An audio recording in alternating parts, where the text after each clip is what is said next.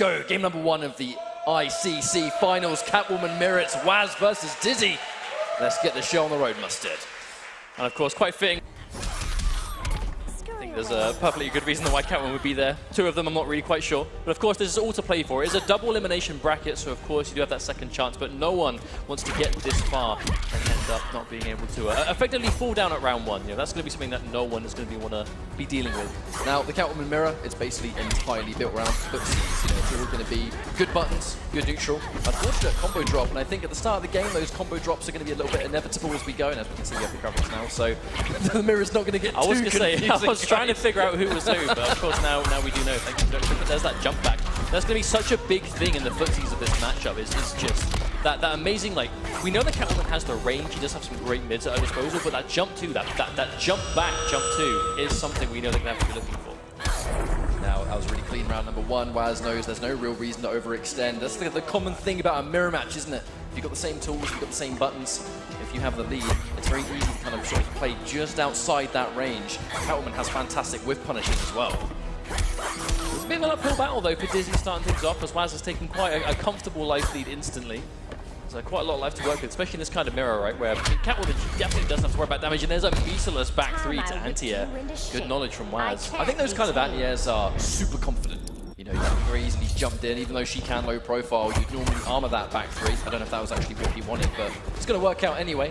And as you can see, Waz has a fantastic lead in this first game.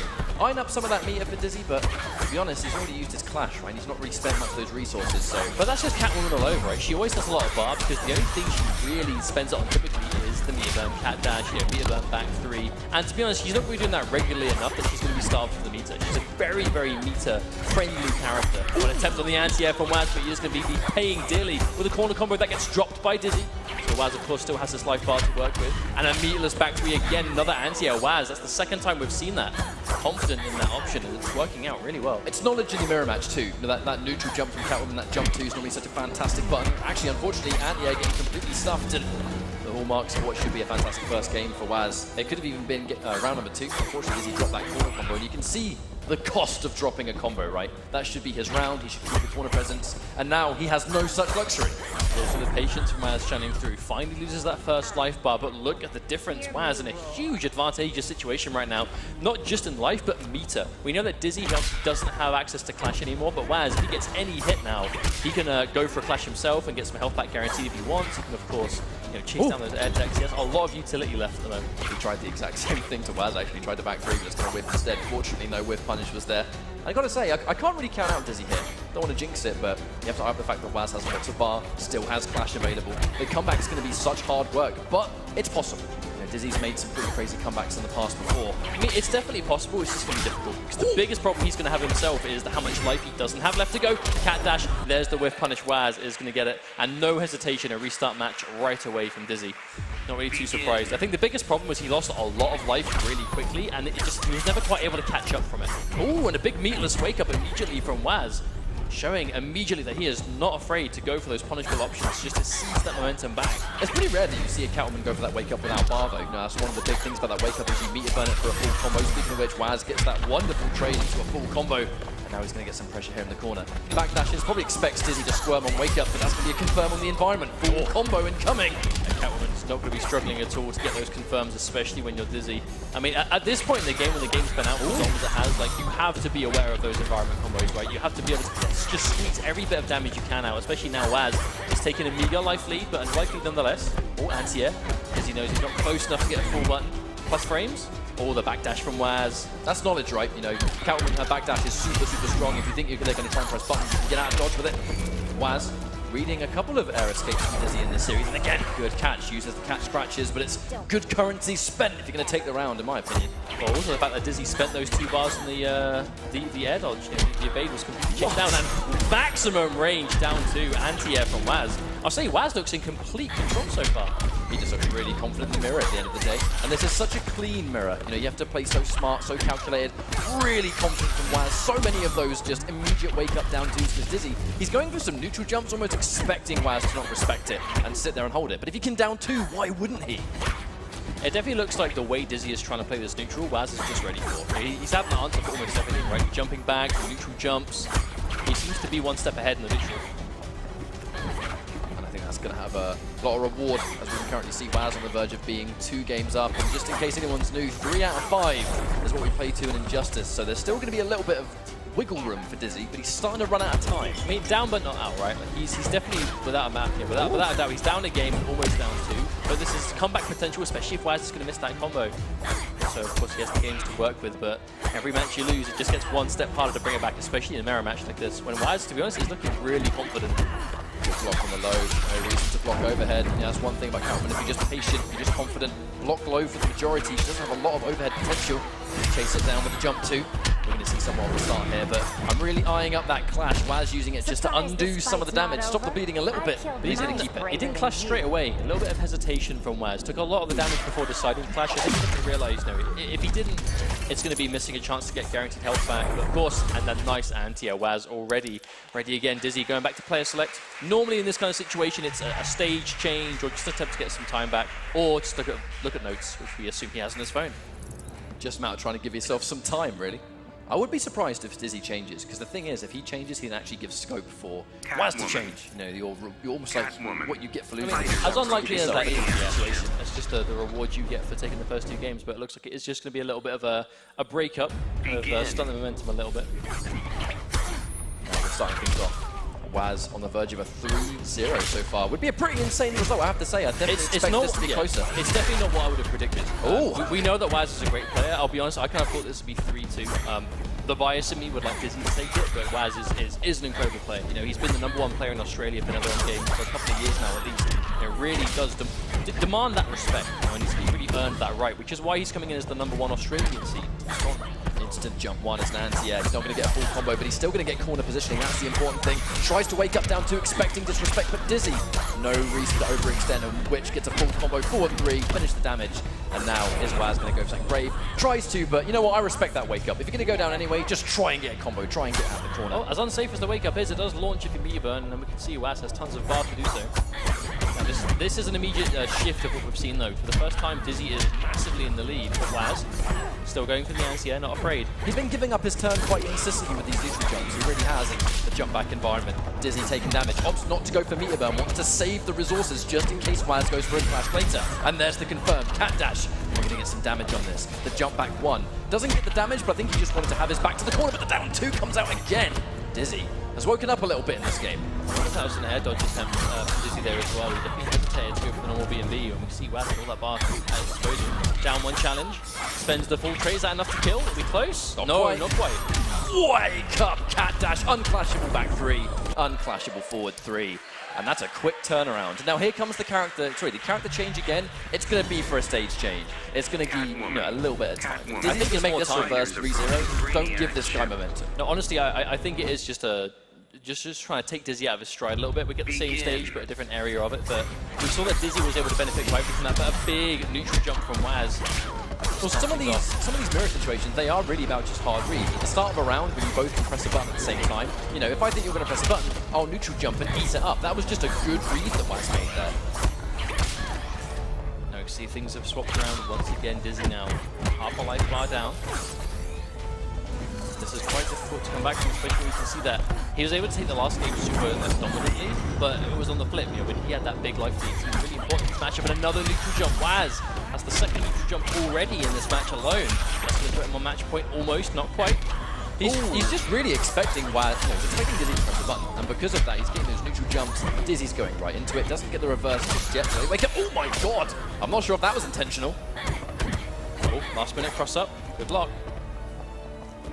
Very patient. Oh, jump 2. So surprised we didn't see that there, but Waz's mana taking the chip anyway, bringing himself onto match point right here. Is he going to be our first winner of the ICC today? We'll find out. That long range Dizzy, still expecting it. There it is. This could be a full combo again. Meter burns, just not letting air tech. Dizzy just trying to get the damage where he can. Yeah, those meter burn back 3s and forward 3s, you cannot air tech them, and that's basically the read that Dizzy was making. Okay, bring things back a little bit. Plenty of work left to do, and I'm really eyeing up that meter, to be honest. Okay, no, Dizzy getting launched. Okay, knocked down. We're going to get some presents. believe actually the names might have been swapped, so it's actually Dizzy now that has 4 bars on the right-hand side. They literally didn't just change, so I'm trying to figure out, of course. I love mirror matches. We do, of course, have the tournament gear on, so they are changing every time they go back to play. That's actually a good point. Oh, my word. Looks like Dizzy is actually the one that's on the back foot right now. Okay. Pressure. That's decent chip damage for what it is. I mean, Catwoman does do really good chip, I find. She has a lot of safety there on those buttons. And with safety comes chip, and with chip comes great results because you get the meter build. Nice block on the environment interaction, but Dizzy unable to spend his bar so far, that's the thing.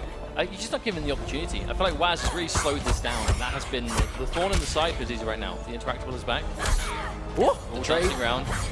Who's going to press it down first? Let's get it was Dizzy, catches the interactable. Okay. That was huge. There was so much damage, but the whiff punish immediately. Back to Waz, does he go for the tech? He doesn't. Now Dizzy again, he has to be careful. This is actually unclashing for death territory from Dizzy. Yeah, if he gets launched now, it's going to be meter burn back 3. It's guaranteed death. He has to be so careful. Match point for Waz still. Oh my god! No, Waz, he tried to whiff punish, but a little bit too quick. Ran into the string itself. Oh, Waz. Safety. He really likes those unclashables. Oh my god, this is so tense. They're both in unclashable territory now. Especially with that. Oh, immediate unclashable. And again. No, not quite enough. He missed it. Dizzy was so close, but so far. The low connects. He has to clash. He's going to take some guaranteed damage if Waz wants to spend the bar, but it will not kill. Even if it's 2 for 1, he's still going to have a little bit of life left in the tank. They're going to tie it. No health. Waz still has his clash, but I'm wondering if he's so weak he might not have a chance to spend it. No push chip. block. No, it doesn't finish. Oh, the down 1 challenge. The neutral jump, the ultimate read from Waz, and the bar that he saved is going to be enough to just get the damage needed. And that is why you have to clash perfectly. As Waz is going to be with that well-justified pop-off after a super tense match. And that's the kind of game that we are going to be expecting through the rest of the day, right? Everyone that's qualified here is a killer in their respective region. So it is going to be close games. It is going to be down to the wire. And that's what we want to see here. There's so much on the line. We can't forget that. The winner of this tournament goes to the finals. And that's the end of the day. We have Mitsuones there lining up. I think we're going to have a little bit of a chat with Waz in a few moments. But, I mean, what even is there to recap on that? It was just the mirror match demands hard reads. Waz was just essentially, neutral jumps. He was going for the confident plays, and he just kept getting in those one step ahead moments where he knew Dizzy was going to press a button, and he either neutral jumped, stayed just out of range and whiff punished. Just really clean gameplay, and that's what we can expect from a Catwoman player of his caliber. Indeed, but that does mean that the first match for now is done, but it's not over just yet, as we do have Mitsuones, our host for the day, on stage, ready for a winner's interview, so take it away. All right, so I'm here with the champ, the Australian champ. Wesminator, first of all, congrats on the win.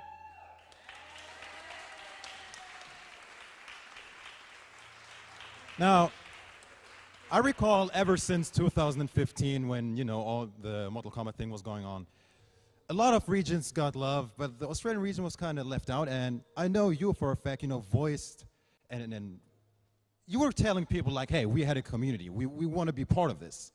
Now you got love. Now you're here, and you're one step closer to making that IPS finals. What does all of this mean to you?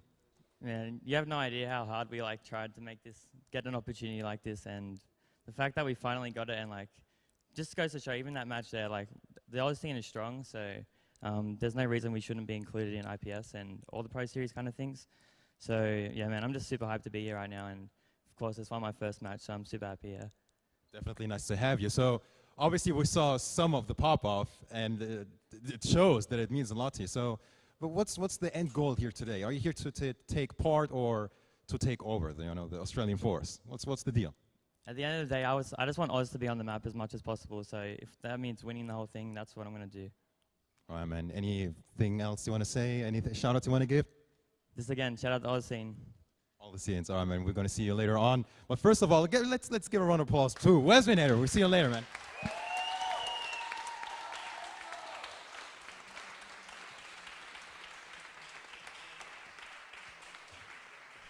All right, but I think we'll have another matchup. I'm not even sure who it's going to be. Ketchup Mustard? Talk to me. I'm hoping you'd tell us, to be honest, because I'm not too sure. We do have some amazing matchups ready to go today, of course. The rest of our first round matches, we do have Tekken Master versus Do Basic, K-Top versus Shark Teeth, and the other final UK versus Australia match in Foxy versus Gilbags, which we know it's going to be one of those three. But we know it's... All three of them are on the way. Are you trying to see behind me what players are waiting in the wings? I'm trying to really sneakily kind of catch a glimpse, and I can see K-Top, which means that our next matchup is actually, we're going to have a household name right here. Tekken Master and K-Top is going to be... That's a Shark Teeth thing. Sorry, you know what? We're just going to pretend this never happened, and we're going to say, I knew the entire time. I can see K-Top, which means that K-Top winning EU East means we're going to see Shark Teeth for the first time. The Middle Eastern players, I know they haven't had as much time here in the venue. You know, they got in pretty late last night, whereas a lot of players here were playing casuals. And as is the way when you go for the super long travel days, right? You know, just because this is international doesn't mean it was any easier to get everyone to Vienna. But of course, you know, it's, the players, they're all here, they have been ready, and we know that Shark Teeth is no slouch. You know, those Middle East guys really, you know, much like we heard Waz talking about the Australian scene, the Middle East scene has really been pushing for some activity, and now they've got it. Here we are, you know, they're undisputed. Two best players are here to play. And speaking of which, we do have another intro video for this matchup ready to go between K-Top and Shark Teeth.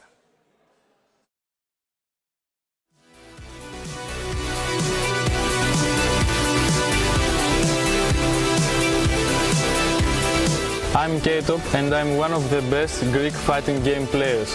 And I'm here in Vienna because I'm your EU East Injustice 2 qualified champion. Hi, I'm Shark Teeth from Saudi Arabia, representing National Sports, and my main character is Supergirl. Well, Shark Teeth is a really good player and he's well experienced because he's traveling a lot.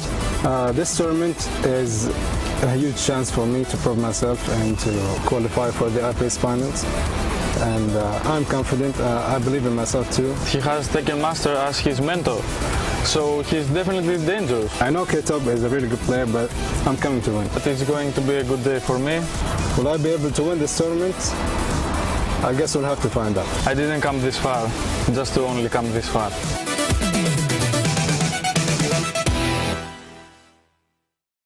Introducing first, from Greece, it's the Greek champ. Please help me in welcoming K-Top.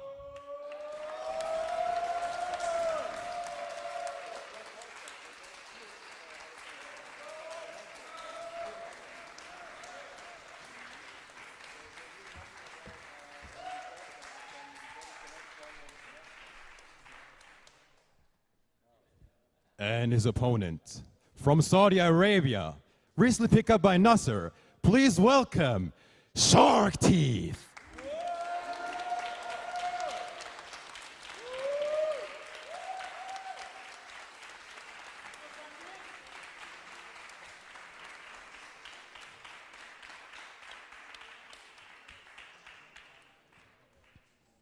All right, Shark Teeth being the Supergirl specialist, more or less, off the scene.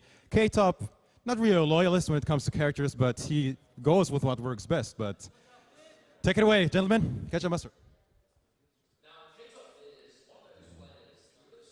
Him at the later stages of Mortal Kombat X. You know, this is not a shameless self-plug, I promise, but the first attempts that we would do back in the MKX days and, you know, the ESL Community Cup streams that we would do every Sunday, K-Top was a returning customer to those, and he would win most of them. You know, him and his, you know, shouts to Mirko as well, Scorpion, I remember you.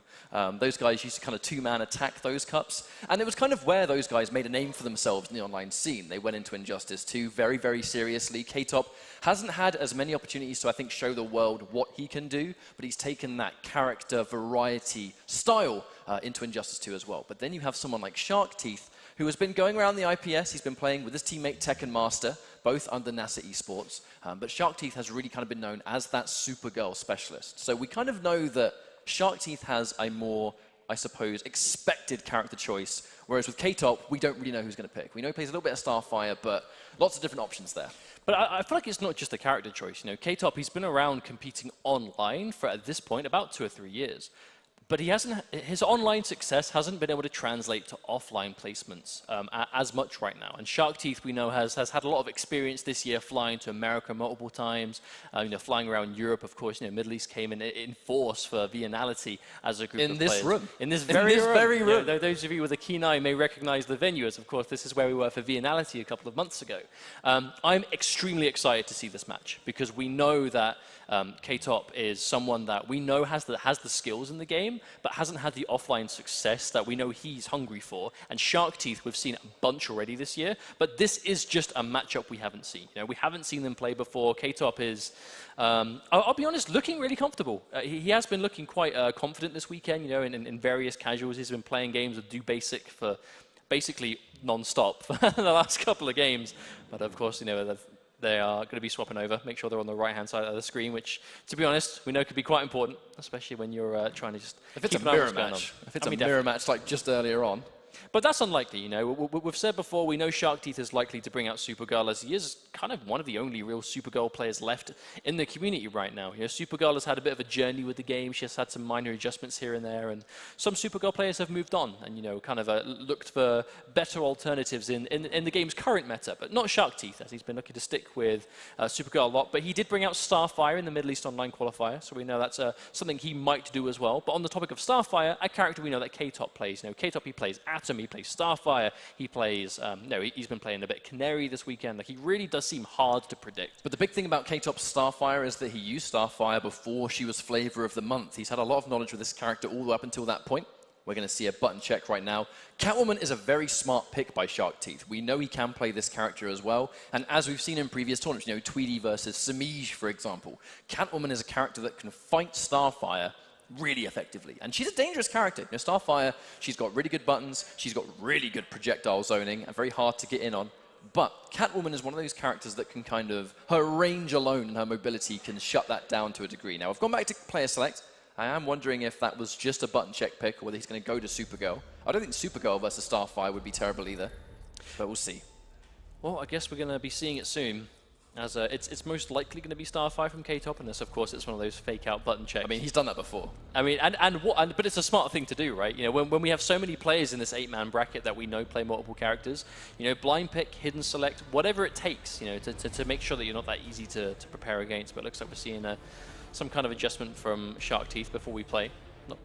Looks like they're having somewhat of an audio issue on stage. I know sometimes when players plug their headphones into a controller, you can lose game audio on stream, right? So I'm wondering if that's one of those conundrums. But sometimes, you know, there are alternatives to that, as always. Players do like headphones, but you can't plug them into pads during these tournaments because they can mute the audio for other people. I feel like this is a 2015 conversation we had, though. You know, when players are plugging their pads. Well, I stepped into a time machine just now. Players plugging their pads into PS4 controllers and being like, why can't I hear anything? It's like, one of them can. I don't know, bro. It's fine for me. But it looks like it is going to be Starfire versus Catwoman. This is a smart pick from Shark Teeth. We haven't seen as much of his Catwoman this year, but we know it is a good pick to counter the Starfire that we know K-Top is likely to bring to the table. All about the buttons. You get one magical jump in on Starfire and you're going to take a full combo. That said, she does have really good wake-up options. It's going to be one of those mix-up of what wake-up does she go for, but it's going to be K-Top, recently picked up by Loke. You may recognize that sponsor from Legacy of Kaiser. You know, I was going to say, I recognize this tag. You know, shout out to Nivek as well. Two of these very strong Greek players representing. Rotate immediately. That low whip trip going to be taking the first bar. Now, that first hit, given that first bar, is going to be so important in this matchup, especially with big jumps like that from Shark Teeth. Going to keep K-Top in the corner. He just doesn't want to get out. You know, we know that Starfire, she's hard to pin down. She has plenty of wake-up choices.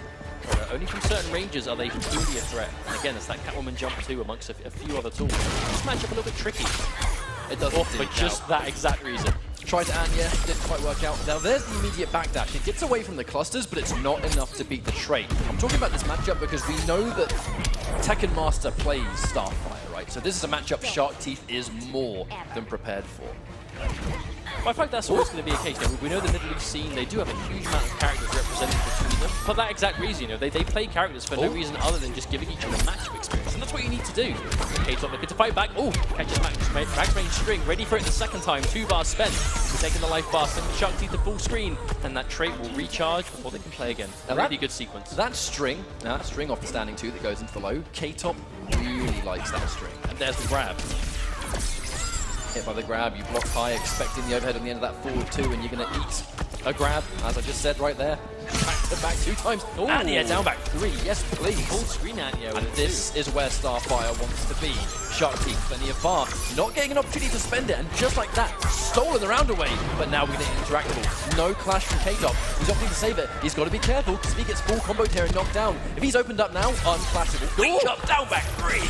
Shark Teeth has to be careful, and that chip damage is going to add up. We know K-Top. Trait bar is low. This is the jumping heavy. Backdash again. K-Top. My word. He's waiting for that trait. He has some of it. Oh, the grab, the max range. Cross up. Went in. I'm actually very nervous that he went in there. That was his real estate. Oh no! Unclashable again. Oh my god, that hurt so good. He's afraid. Does not want to whip too much. Oh! No, Shark Teeth. Shark Teeth betting it all on that cat dash. Of course, no armor. No problem. K-Top is going to be dealing with that now. We know before, it's a Starfire trait. It is so good at regulating movement. You get tagged by the trait, you're sent to near enough full screen, and it's such a bother if you're trying to just work your way in. Even if you have a life lead like there, you know, Catwoman, as strong as she is, she doesn't have those full screen tools for dealing with chip damage necessarily, right? Like she has mobility, but ultimately when you're that low on health, it's still something you have to deal with. And again, K-Top sticking out the string, max range, there's the whiff punish. Sharky finally finds an answer. Nice little beginning right there, nice chunk of damage too, but I was worried, man. K-Top had the full screen to work with and he chose to go in. He's paid the ultimate price doing that before, but this time doesn't work out so much. Wonderful reads. But that right there is the problem K-Top's going to have when he's throwing out that string in the neutral. If it is red, there is some hella whiff recovery on it, and just like that, it's going to be a full life bar sequence on the back of one whiff string. That's exactly why you have to be careful sticking out those buttons, as Shark Teeth makes him pay dearly. Oh, big boy jump in. Galactic jump in right there. And that's kind of like the payout. You can see that the presence that Starfire has from full screen. Catwoman gets one jump too, and you can just see disaster take place. I thought that's just the matchup though. You know, on the back of the last game was taken by K-Top off the back of playing full screen really well, and Shark Teeth getting a bit impatient towards the end. But if you can make those big jump ins, that's the difference you can make. It's just the nature of the matchup. Really going to that string one too many times, I fear. You know, Shark Teeth, he's wise to it. He's with punished it a bunch already, yet K-Top is still doing it. That meaty anti-air, active for a million years, and Shark Teeth will take that. Down one trip guard, but no full combo, obviously. This is Starfire. At this point, I think you can just take whatever damage you can get. If you bring it back, there's the grab. He's happy to going in. I think Shark Teeth's happy to take that grab with the lead that he's got. There's minimal damage. He's on hit with the armor break. No back three for you. And this is going to be a pretty tricky comeback. But he's got full screen. This is where Starfire wants to be. Especially with a full bar of trait. This is what we saw Shark Teeth struggle with last time, the full screen against the trait game. Again, just like that Shark Teeth, he's looking for the perfect range jump in, but will not find it yet. Oh, and there is what Shark Teeth needs. One too many advancing strings from K-Top, and he's going to be punished.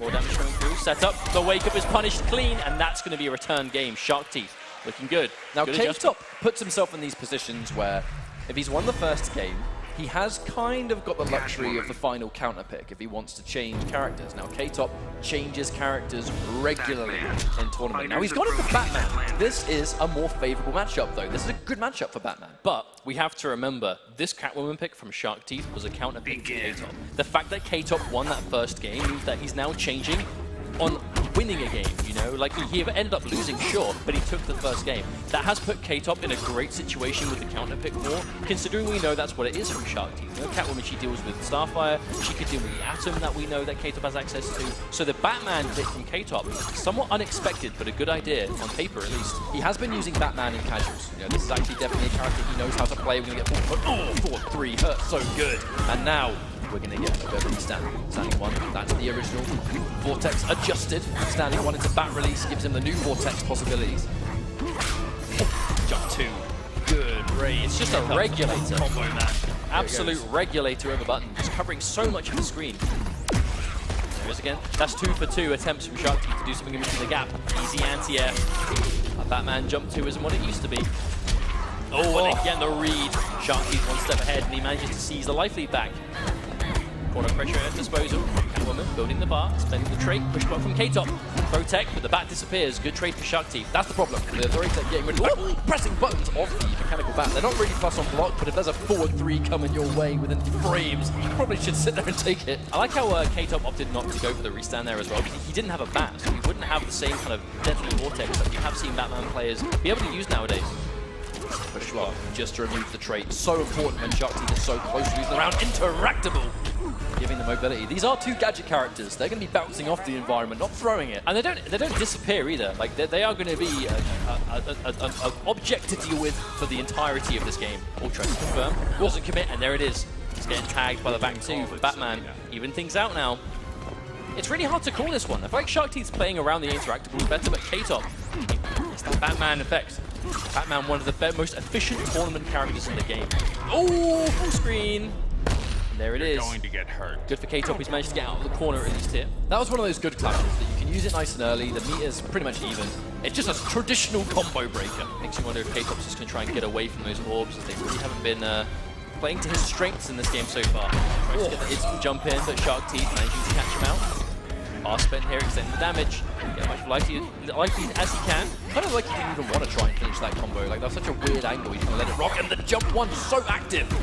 He is just winning these air-to-airs every single time. The anti-air down 2 is good as well. K-Top putting himself a little bit too out in the open, I think. And the respect from Shark Teeth. Push block again. Every time K-Top goes for the bat summon, Shark Teeth is just spending bar to push block. And K-Top drops the down 2. That's really unfortunate because that down 2 was going to be Vortex. And he jumps again. Unfortunately, those jumps are just not being his friend in this series. And now he's 1 game down from being out.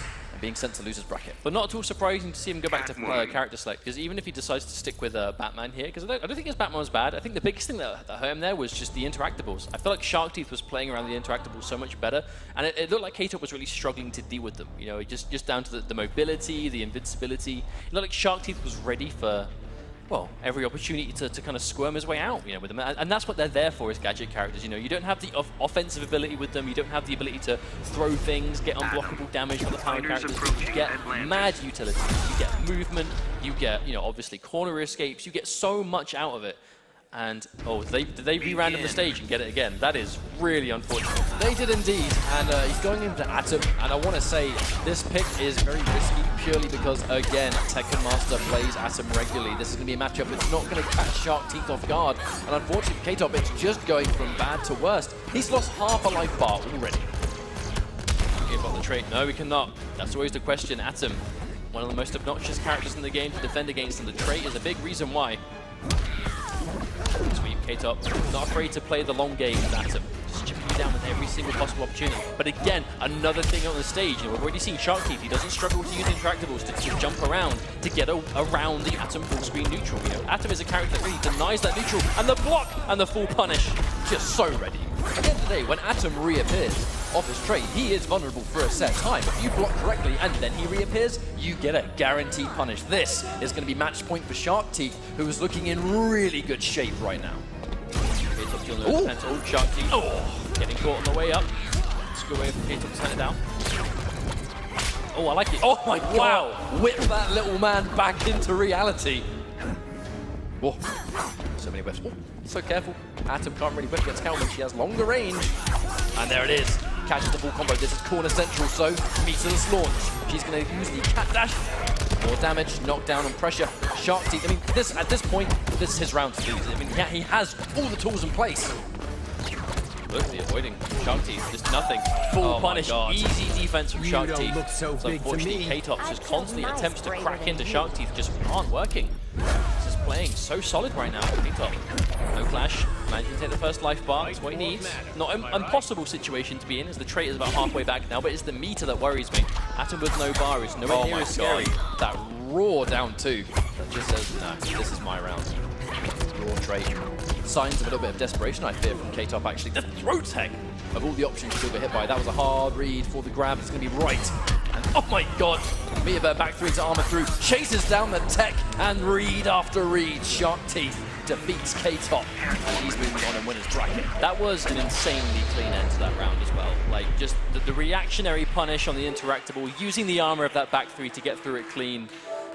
You know, just the chase down on the air tech, that was just another day in the office for Shark Teeth. You know, he's been in this competitive situation before, and those kind of clutch decisions are what really separates, you know, players like Shark Teeth from the rest of the competition, you know. And of course, K-Top, we know he's definitely no slouch, as he is in loser's bracket now, so his tournament journey is not over just yet. But going to be knocked into loser's bracket for now, as Shark Teeth is going to be moving on with a very clean finish. A big part of this to me is experience at the end of the day. You know, when you look at it, you realize that Waz, Foxy, Tekken Master, Shark Teeth, they've been in the IPS so regularly this year. These kind of tournament situations don't fear them. Whereas K-Top, even though he's been playing, it's mostly online tournaments and online casuals. This offline environment is something that he's not as comfortable with. I feel like it was the Catwoman pick, though. Shark Teeth really did his homework. You know, Catwoman is not the character we expected, but we know he does have access to Catwoman. And to be honest, it did cover a lot of the bases that we knew K-Top was going to be likely to go to. And I think that really is why it's important to do that. And I do believe the guys are on the stage. We're going to hear a little bit of things from Shark Teeth. So Mitsu, take it away, mate. Are you here? I'm with the winner. First of all, congratulations, Shark Teeth. First of all, I introduced her as a Supergirl specialist. Why Catwoman? It's an interesting pick because I know K-Top uses different characters that Supergirl basically suffers from. So I have Catwoman as a second backup, and it works. All right, so obviously we know that I think the upset against Dragon, of course you remember, that put you kind of the map. And what's next for you? I'm okay with any NRS game. I'm still waiting for Season 3, MK11, whatever. I'm there. I can go anywhere you want. All right, hear it here first. Season 3, please. All right, anything else you wanted to say? Any shout-outs you want to give it? Shout-outs to everyone who supports me. Shout-outs to Nasser Sports, of course. My friends, everyone. Really, it means a lot, and I hope I can do better next time, and hopefully I can win this tournament. Hey man, you're still in it and still in winners, so we're going to see you later. First of all, give it up for Shark Teeth. We're going to see you later, buddy.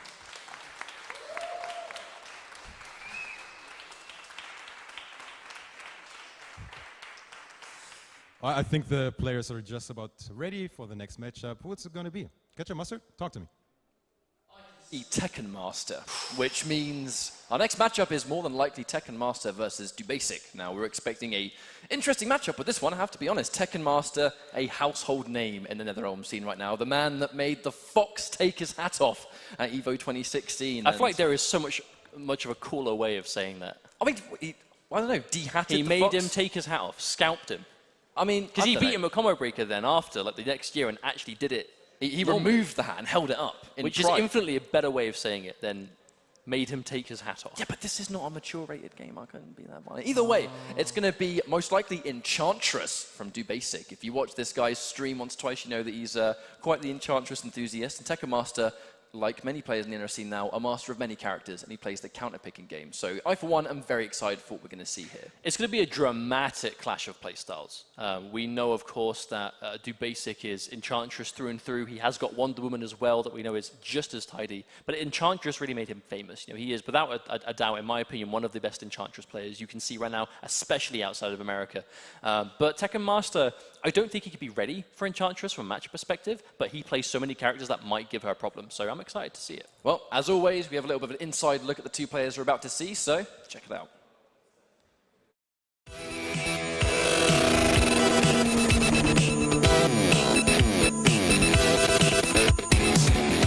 Hello, I'm DoBasic, and I'm introducing a Russian fighting games community here in Vienna. My name is Said Hashim, well known as Tekken Master. I come from Bahrain. The only one destination in this tournament is IPS Finals. I have heard great things about you, DoBasic, but it's do or die situation for me, so I don't have other choice than to take the win. This competition is going to be the toughest in my life. I won't go easy on him, and I'm going to win. Get ready for the counter pick war, guys.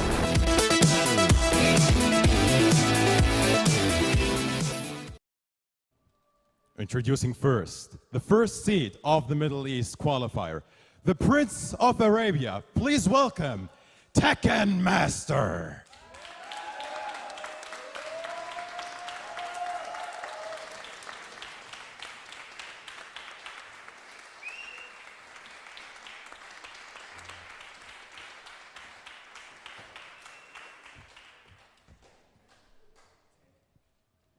And his opponent, from Mother Russia, the low-tier hero, please welcome DoBasic.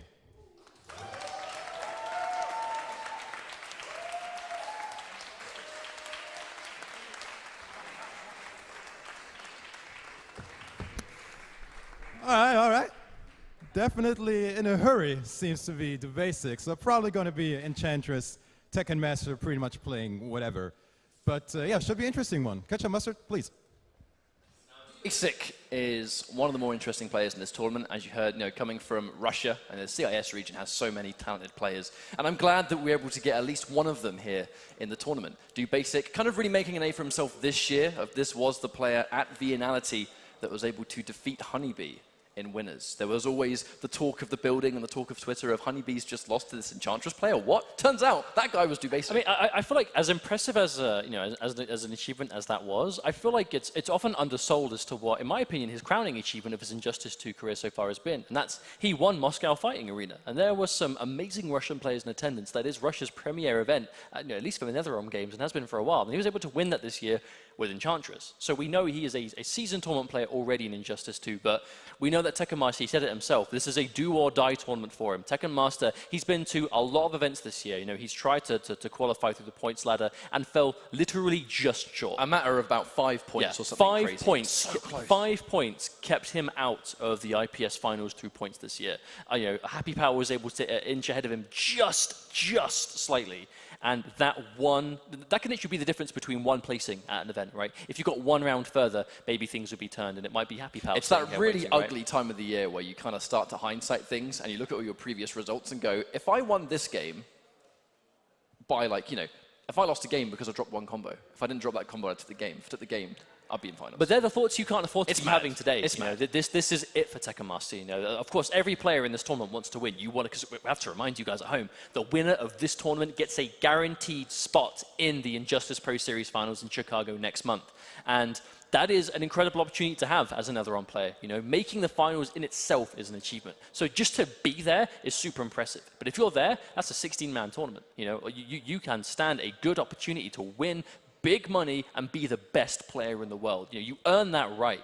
And DoBasic might be it. Tekken Master might be it. But matchup-wise, DoBasic's going to be Enchantress. I'd be very surprised if not. But what are we realistically expecting Tekken Master to try? Tekken Master, known for his Atrocitus, but he plays Starfire, he plays Atom, he plays Batman, he plays Green Arrow, he plays the kitchen sink, basically name it, and Tekken Master's going to play it in tournaments. So I feel like he said it himself, be ready for the counterpick war.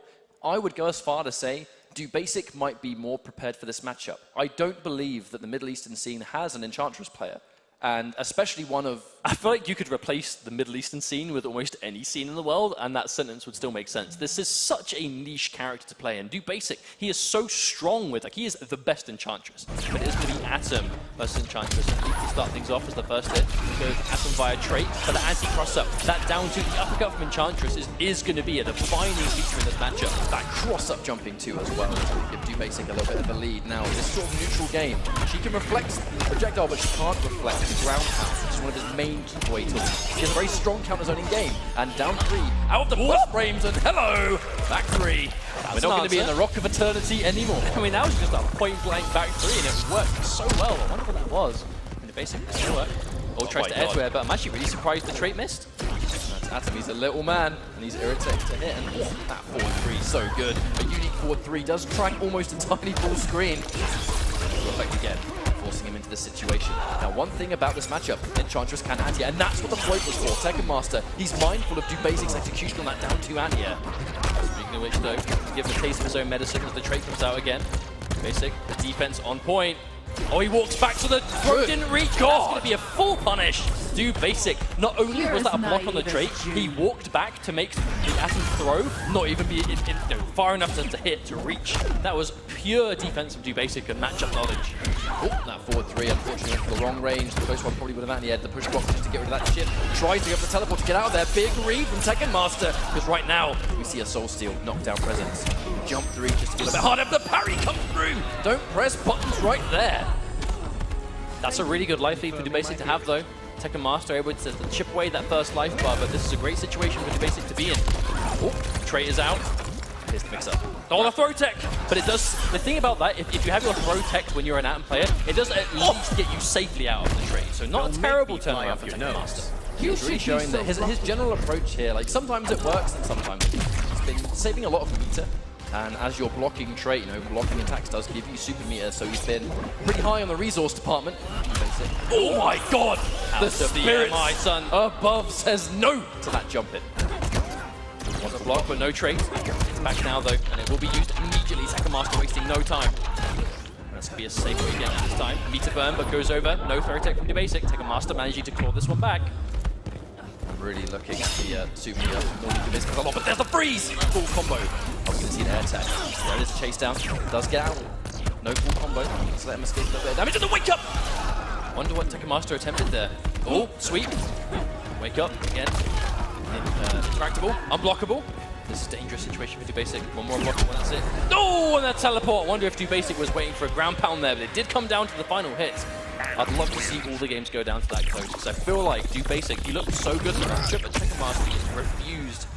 He refused to let DoBasic get the momentum, right? DoBasic was constantly, having amazing defense, blocking everything, taking throws, but at no point did Tekken Master look like he wasn't at least being able to contend with the neutral.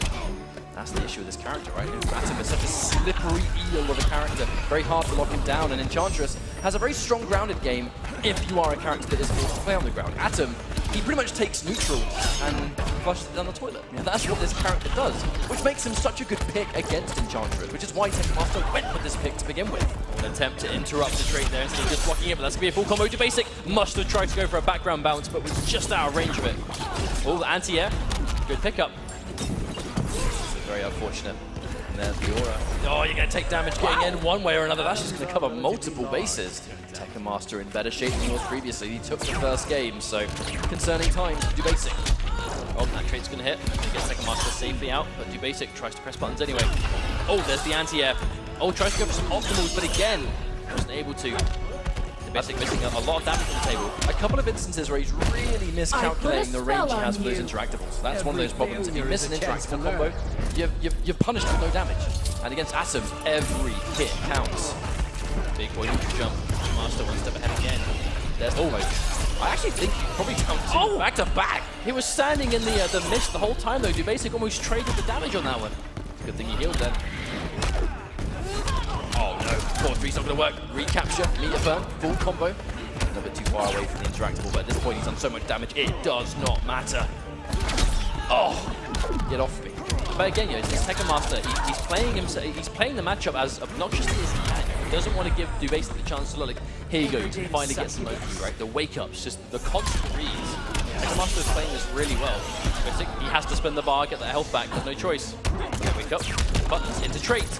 Oh, and that was it. You're on borrowed time when you're that weak against a traited Atom, and what a pick so far. This is why this character matchup is a matchup Tekken Master selected. He will never pick himself into a match unless he feels like it's in his favor, right? And that's a strategy that has worked wonders throughout pretty much his entire NetherRealm career.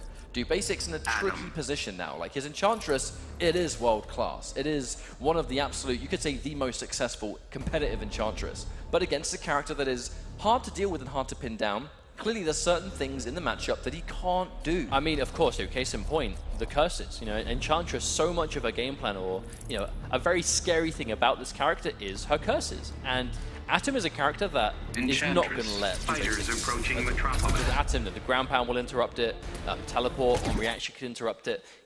He doesn't really have the option to set it up. And it can traditionally be a bit of a matchup changer, but not this time. Tekken Master, again, that instant jumping into trade. Tekken Master with the knowledge again.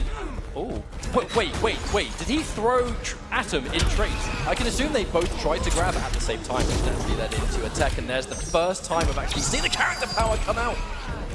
He's going to get it eventually, but yeah, that's not an issue, right? The character power from Enchantress takes a while to set up. You have to go through specific setups to even get the demon in play. And Atom, again, his natural wake-up game, his speed, his neutral, she can't do that either. Interactable again, though, Tekken Master. He has the life lead up, a lot of just little bits of damage here and there, but he's dealing the damage so consistently, it's so difficult to do. Look at DoBasic. All this is almost all chip damage, but look at the life difference already. Just instant overhead. So hard to block, and he's going to go the trait as well. Tekken Master so quickly on match point against DoBasic, who is clearly having a very hard time with this matchup. Oh, and the chase down into the restand, into a throw. Tekken Master 100% in the zone. DoBasic getting overwhelmed. Wake up is beaten. Full combo again. The clash, but this is one of those unfortunate clashes where it's not to stay in the game with an advantage. It's just to not die so fast. A little bit of health back, but that's all he's getting. No resources left. Just trying this out forward 3, such an important button in this matchup, and the stop just shuts it down. Yeah, things are looking bad for DoBasic here, and that meter burn shot, Tekken Master calling out, but there's the anti-air, missed combo, but DoBasic still sticking to his guns. Push block, but again, that was only bar at the time. There's one back now, but it's not good. Full screen anti-air. spend the bar to regenerate? Yes, he will. At this point, he's going to have to spend all of his meter on that heal. It's the only way he's going to stay long enough in the fight, really. But unfortunately, another air-to-air, going straight into trait for the tricky stuff. And this is just moments away from do basic. Unfortunately, Center loses. It's going to take a miracle to pull off the comeback. And it doesn't matter. Tekken Master easily taking that 1-3-0. And he will be moving on to this. I'll be honest, we haven't had the chance to see Tekken Masters at them ourselves, especially in this kind of like offline competitive environment for what happens to you when you doubt my Joker. That said, I think they've gone in for their button checks. We're going into our final game of this series. And there's going to be Cannon. Immediate walk-up grab. A hard read. And again, Foxy knows a thing or two about that. Now, this matchup, it's interesting. Joker actually does have some pretty decent tools for handling this matchup. That said, the immediate opening up, the 50-50 between overhead or slide on the back two. How many down ones will a man do in 3 seconds? Well, we know that Foxy was able to take the first bar. He did spend all this trait already, but he is going to get an easy combo in the corner, but another drop. Foxy execution. Not looking too clean right now. I've got to say, one of Foxy's issues, and it's part of it. Now, you know, it's almost funny I should mention that. His execution with Batman in tournament recently has been very, very questionable. And unfortunately with Batman, if you drop combos, you're missing out on the setup. And his Batman is Vortex or die. He plays entirely for the left-right mix-up. 4-3. And now we should get full combo. Here comes the Vortex. He's got a bat, standing one. Nope, hard to block. Oh, the neutral crouch from Gilbags, making the jumping completely miss. Yeah, Foxy missed time back into trait, I think. That's what happened there. But of course, with that Joker. Oh, missing some sound effects. No, we're not. Bang! There it is. That was perfect. Premium deluxe.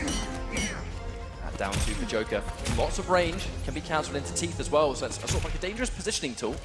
And Foxy just being very, very patient. But that's Batman's special. You know, if he has a bat, it kind of shuts down that neutral. You can release the bat at any moment. And speaking of which, Gilbags just gets opened up. Chases down the air tech. All Gilbags does there is take damage and lose meter.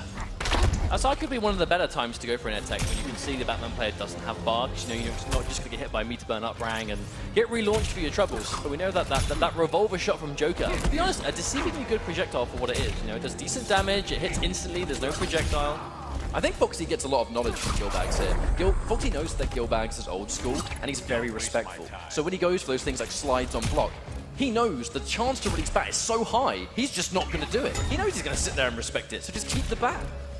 You can see him playing patient. Foxy, one of these, easily one of the slower players in the scene in terms of just how he will slow a match down. You know, he's waiting for some resources to come back.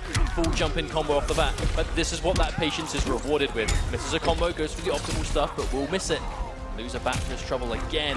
To be honest, a ton of damage in the way. Gilbags trying to disrespect those plus frames. Yes. Will get launched. That's it. That's what Foxy's been looking for. And already, on the back of quite a few errors, Foxy's still able to take a commanding lead in this first game. Because Gilbags has been unable to open up Foxy. And the thing about the Joker is he is definitely not very good in the game competitively. You know, I even asked Gilbags, he said mid-tier at best. That's where I put him on the tier list. Because he needs to get hit. He can mix and he can set you up, but he's got to get that hit first. Against a really talented player, it is so hard for Joker to get that hit in the neutral. Especially against someone that knows what to look for. You know, Joker, some of the strengths are, you know, there's really strong jump-ins, he has the mix potential, but the jump-ins against someone that's patient, if you're not going to try and anti-air, you kind of just, if you've got the life lead to work with, just let it happen. And that's the kind of player Foxy will be, as he does take that first game. Not super dominantly, I will say. It wasn't completely convincingly. Gilbags did look good for himself, but the thing is, almost all of the damage he got on Foxy were kind of wayward hits, you know, projectiles here and there.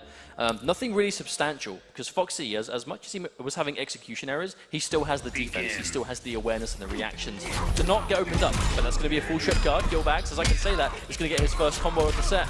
He's going to make the most of it. Oh, very hard read, actually, to do instant jump light. You very rarely see Foxy go for those decisions, but I think it must have been such a slow-paced game. He expected Gilbags to almost, like, you know, hit the ground running in game 2, but the patience from Gilbags, I love it. Anti-air as well, but no way.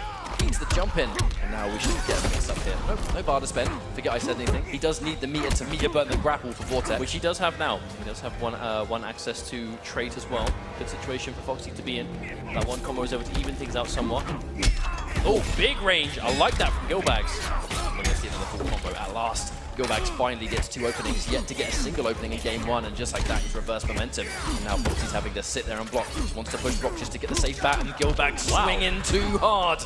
I'm actually really surprised that still combo. Looks like Foxy just caught the end of the hit stun. So the defense from Gilbags, good defense. That's like 4 jumpers in a row he's just managed to deal with. The thing about Joker is his down 2 has good range and good active frames, slow. but it's very slow. You very rarely can't reactively anti-air Batman here. He's confident in his defense. Now the bat, just to make things a bit more tricky. So much chip, and if it's chip damage, it's going to be meter build for Batman, which is going to build him all the resources to kill. And the unsafe! No way, Gilbags did not have the bar to make it meter burnable. And that's unfortunate. Could be the round. The active parry! Hang on. Oh, okay, overhead. nice sequence. That was a very Joker way to... Oh my god, what was that? Run-up parry! Foxy being a bit too cute. Well, I think that was almost like a momentum killer, right? Like, Gilbags, he just managed to bag Foxy with a parry. Wonder if Foxy was kind of like a monkey see, monkey do thing, right? He's like, right, you're going to hit me with that. We do the same thing back to you. But it didn't work out as Gilbags did snip it out. And there we go, push block. A very expensive get-off-me move, 2 bars spent, but worth it if he can keep the round. And now he's got the bats again. And that's why Foxy would go into the bat trait and sit there and block, because Gilbags, he knows they're not super plus on block, he's disrespecting, he's challenging on block. Foxy runs into a gun drop, instant jump 1 just to say no. Full combo coming down, and unfortunately, that's a drop. And another challenge in those plus frames, Gilbags is sticking to it. He is going to really make Foxy have that good timing. You know, like he's not going to be getting it every time. Wow. Gilbags is really forcing him to get those frame traps. Trip guard, okay. Doesn't spend the bar, wants to keep it. Foxy can clash if he wants, but the thing is, Foxy lives for the vortex. 3 bars can easily kill.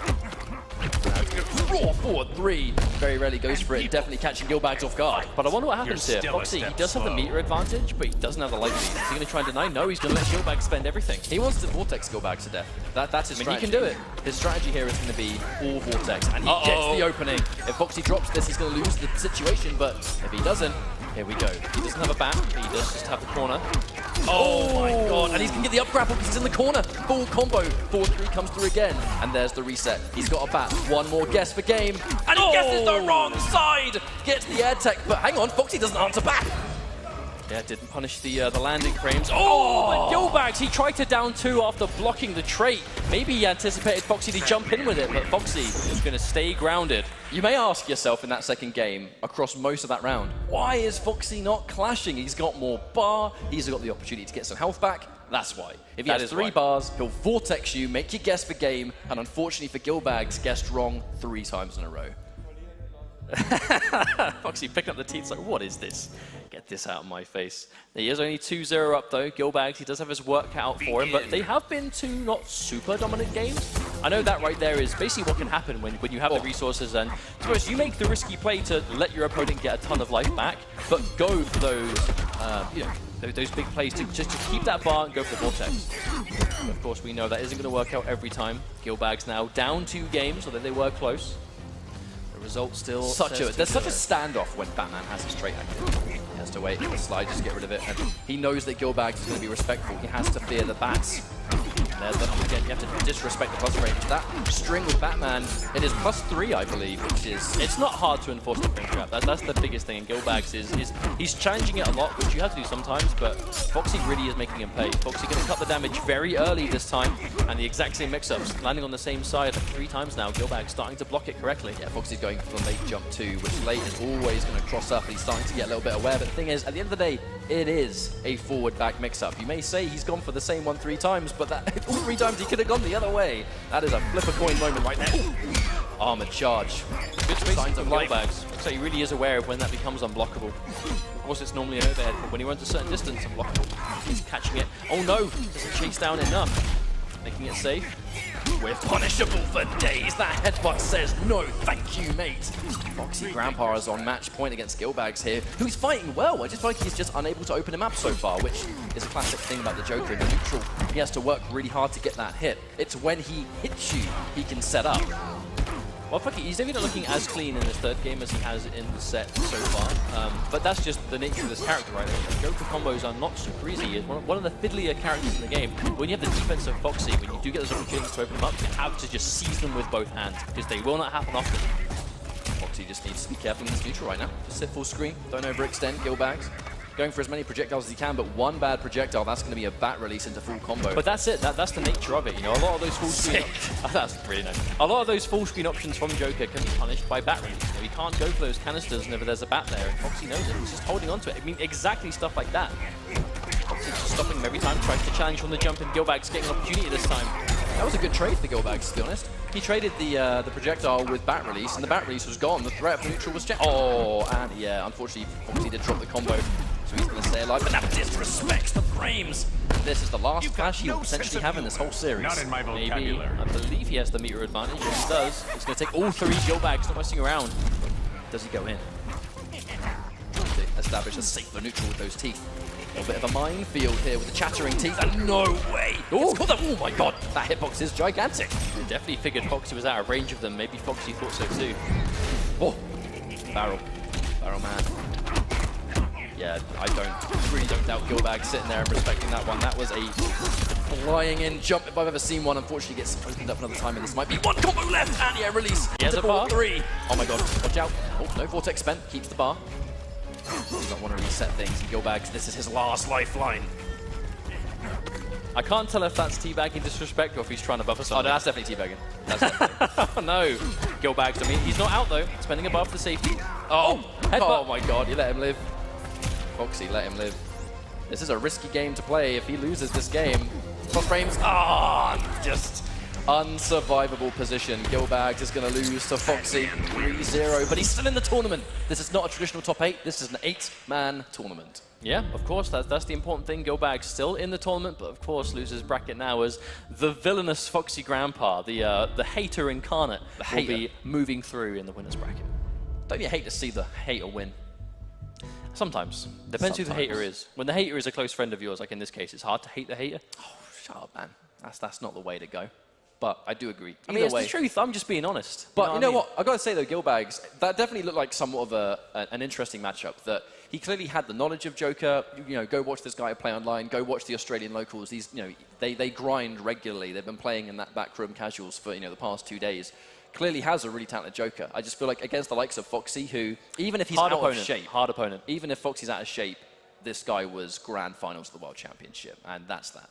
Yeah, absolutely. But for, I believe, the final time in our first round games, we have the host with the most, Mitsu Owens, on stage with Foxy Grandpa for a winner's interview. Gentlemen, thank you very much. I'm here with the winner, Foxy Grandpa. First of all, what were the backdashes all about at the last game? So like a bag. Yes, no, so like a tea bag, man. I like Gilbags. I think he's really cool. But, you know, I got to kind of rub it in a little bit. Just a little bit. My whole purpose to be in here is just to be that guy, you know, that man. All right, well, I guess the man on a mission. So you're actually one of the very few players that has a 100% qualifying rate when it comes to championships. Ever since 2015, you qualified for Mortal Kombat ESL Season 1, the Mortal Kombat Cup in Paris, ESL Season 2, the Mortal Kombat Cup in Sweden, and ESL Season 1, MKX Season 3, of course. What happened to IPS Season 2? What's happening? I mean, the dream is still alive, but what's going on here? I don't dream, other than about crushing dreams, you see. So I'm not particularly bothered about making these finals because I ain't feeling into this game so much. But I'm here for the competition, you know. So that's why I'm here. For the competition, all right. So what would you prefer as the scumbag that you are? Would you rather have like 3 O's over and over, or actually drop into losers and crush the dreams there? What would you prefer? I'm not really bothered either way, to be honest. Like, just give me someone to, you know, disappoint. Someone disappoint? Not me disappoint. Someone to, you know, slap them about, make them disappointed. Slap them about. You all right? Yeah, I'm all right, mate. You all right? I'm all right. You all right? Yeah, that's one of those things, innit? Yeah, in it. All right. We're going to see you later on. Foxy Grandpa, ladies and gentlemen.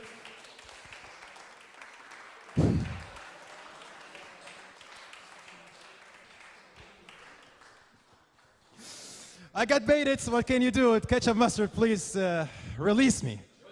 Like, we can't help you with that one. You did that to yourself. I'll extend my reach and hope that I can grow my arm. But I mean, this is basically Foxy standing in this tournament, right? Is that, you know, he'd like to qualify, but I don't think in his head he expects to make it through, because there are players in this bracket that have been grinding harder than he has this year, right? So I think when the chips are down and when he fights the likes of a Waz, a Tekken Master, I do fear for him. I really think that, in my opinion, Tekken Master is the favorite to win this cup.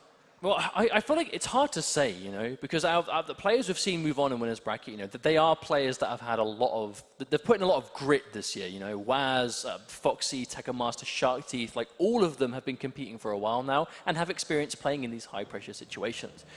Now, we know that, of course, Foxy doesn't, you know, he will talk about how, you know, doesn't put as much time into this game as he has before. He's still a competitor. He wants to win, he plays to win, he wants the competition. And I don't think, I think he undersells how much he cares about winning in these situations, right? Because you get a free ticket into finals, of course. I think he undersells how much he cares, personally.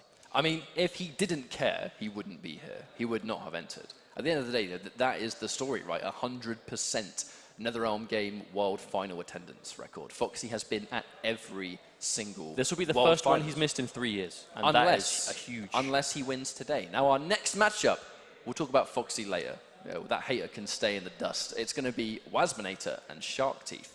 Now, this is an interesting matchup again because, you know, I don't think it's going to be a Catwoman mirror. I think if there is now a time we're going to see Shark Teeth pull out the Supergirl, I think it's going to be now. And to be honest, Shark Teeth versus Waz, this is an Injustice Pro Series match. You know, these guys, you know, they would both always travel to certain IPS events. Shark Teeth more than Waz, I have to say. Waz went to Evo and Combo Breaker, where, you know, Waz was actually able to obtain respectable placing in Injustice, but actually a 5th place placing in Combo Breaker. Waz really turned up for Mortal Kombat and did insanely well at that tournament. So Waz, he came, I believe, with MKX. That was his first big competitive game. He said earlier about a year into MKX is when he started to get really serious with playing the game. And I mean, what a journey, you know, what a story of progression to say, you know, as an Australian player. And for those of you watching that might not be aware, it's hard to be an Australian fighting game player just by the nature of where you are. Like, there aren't a huge amount of events. You're separated from a lot of other places. You are separated from a lot of regular competition. You know, like it's especially as a NetherRealm player. You know, it's hard getting consistent competition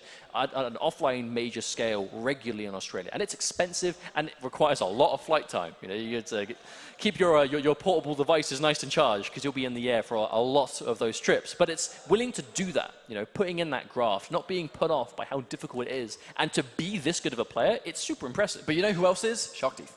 Yes. That's the thing, you know, the Middle Eastern community know a thing or two, and, you know, what better way that we're now going into the next stage of our winners bracket matches, and it's Middle East versus Australia, the two communities that were given this opening, this opportunity to compete and qualify and show us what they can do, and 2 of their players have made it through into the next stage, and in the Middle Eastern case, actually, it's going to be both of their players. So it is Supergirl, Shark Teeth versus Waz, and this is an interesting matchup. You know, Catwoman has those good buttons, but Supergirl, she has a lot of mobility, a lot of quick whip punchability as well. The important thing to remember, you know, just because of where we are at in the tournament, the winner of this, I believe, goes to winners finals. So this is a crucial match to win. To get that step closer is really important, but Waz going to take quite a nice life lead already. No bar anymore, but spending it well. And a bit of respect from Shark Teeth. Just holding all of this. Now those staggers on the back one.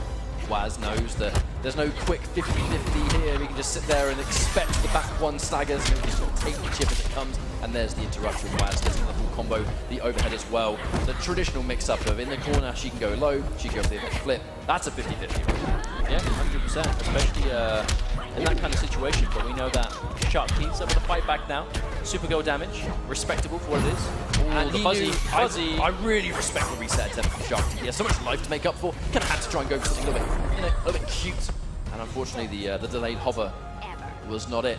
But he needs a couple more combos. Supergirl, she does a little bit more damage because they did buff her a fair few months ago. Before we went into Season 2, she get a little bit more damage from her combos, but she's still not really anywhere close to the hardest hit character in the game. No, not quite.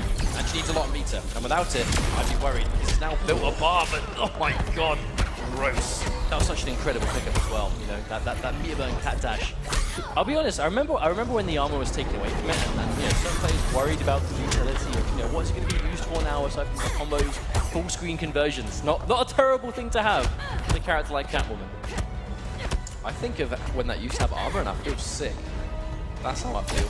It's so good without it. You know, Waz here to play. This is a solid win if ever I've seen one. Look at the difference. I mean, and Shark Teeth has the clash too, which means that there hasn't been an optimal time to go for it. Waz is just playing this really well. Very patient game. And that's the Waz way.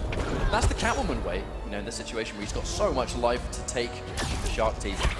He's the one that now has to push here and extend and put himself in harm's way to try and force the situation, and Waz just content. I mean, he's not pressing buttons anymore. Waz has literally no reason to overextend anything unless it's a guaranteed situation. The first button he pressed in like 20 seconds was a guaranteed range for his mid to be blocked to do some chip. You know, like he's perfectly happy to play that range.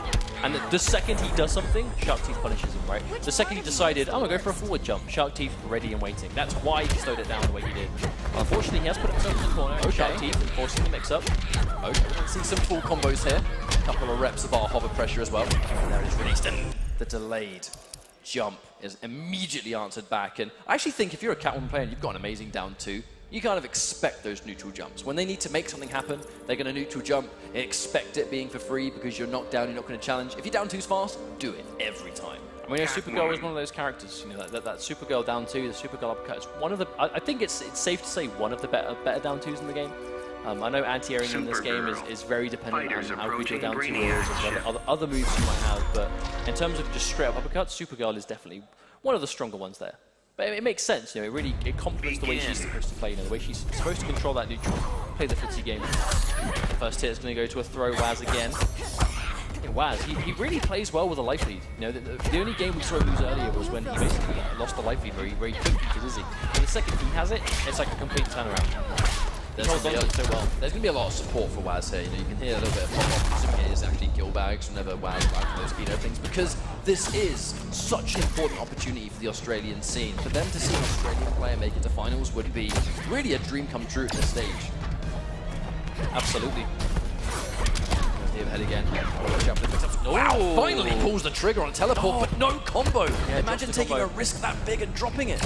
I mean, we see the Supergirl meter burn teleport so rarely that it's easy to forget just that I believe is her highest damage opener in the game. You know, for her at least, you know, her highest damage comes from that meter burn teleport. If you have the corner and you have the ability to extend the damage, it can be disgusting damage, but it's so punishable. It's so telegraphed a lot of the time, you never see it. And that's going to be a bit of the matchup here, is that Catwoman down 2, punishing the breath every time. And you can kind of sort of mash it, really. She meter burns, of course, I believe sometimes you might trade. I can't remember the matchup exactly, but I know the down 2 is a really good tool in Shark Teeth. Fighting back, okay. Instant jump 1 as a reactionary anti, and Shark Teeth maybe down on bar, but he's not going to be holding anything back. That's the second time he's gone for it too. Like that instant jump 1s, if they're active and fast, they are very, very legit anti-airs. It's your long range anti-air, right? Like down 2 is good, but it can only cover so much. Oh, the chase down. That's a punish too. I wonder if Waz was just not moving there. I think he pressed the button. I definitely feel like he pressed the button. And there's a grab. Bit by bit, we're going to chip away at this life bar, and it's going to be 1 round each. And then using it as a poke. If you have such respect on the ground, that breath is an amazing button.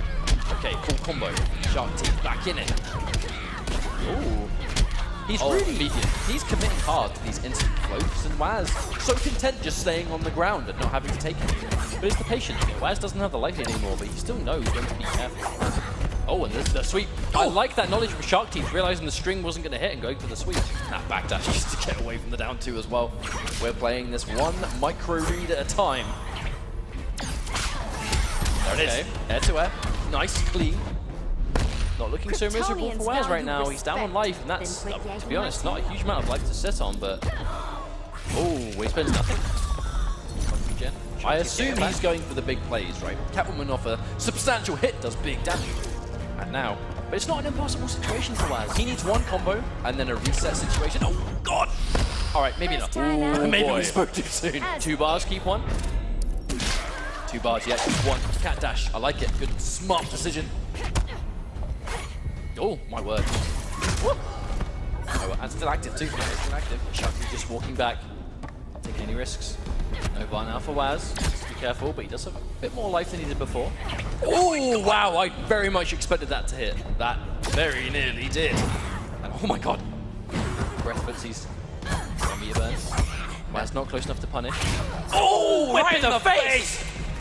Keep that breath away, and 1 too many. He's going to get a full combo here. He has yet to use cat dash. 1, 2, 4, 3. Is that enough? No, not quite. Chip damage though. Oh my God! Overhead. Waz able to steal it back, breathing a sigh of relief. You know he's going to be happy with that one.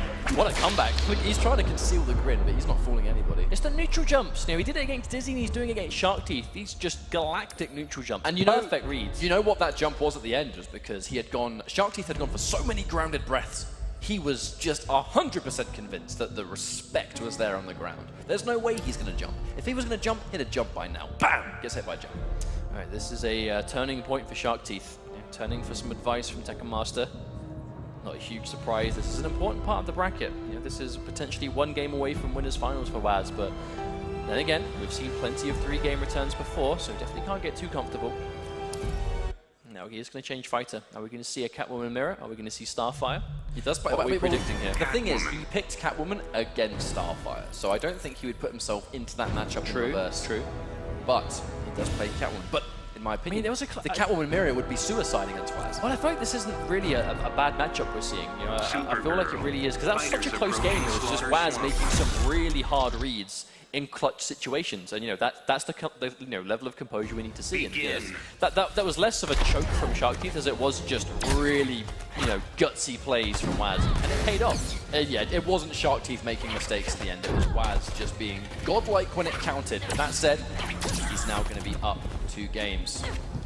Let's see if that's going to be a 3-0 or maybe a 3-1 at least. I think Shark Teeth, he just needs to wake up. Oh, hasn't built the bar. Waz was very close. Rare footage of Catwoman not having enough bar, but another neutral jump. So painful, Mustard. It's always a button on the way down. You know, it's you see it. I can only assume that Shark Teeth is seeing the neutral jump on the way up, not seeing a button, going for the whiff punish, and Waz just sticks out the whip on the way down. But it's always from that neutral jump distance, when they're kind of within that just outside of sweep range where, both mids will reach, they're trying to poke back and forth, and that air to air, so good. So dangerous.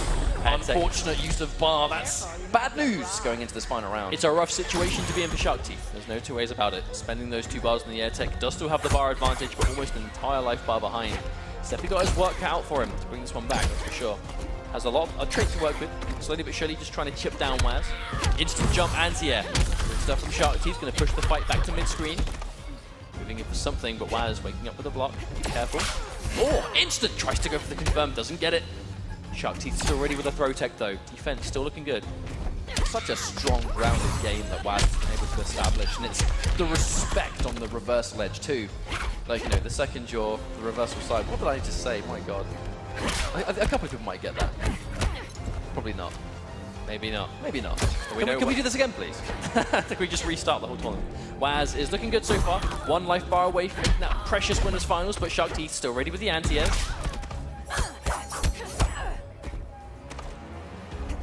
I was going to say the reverse side, by the way.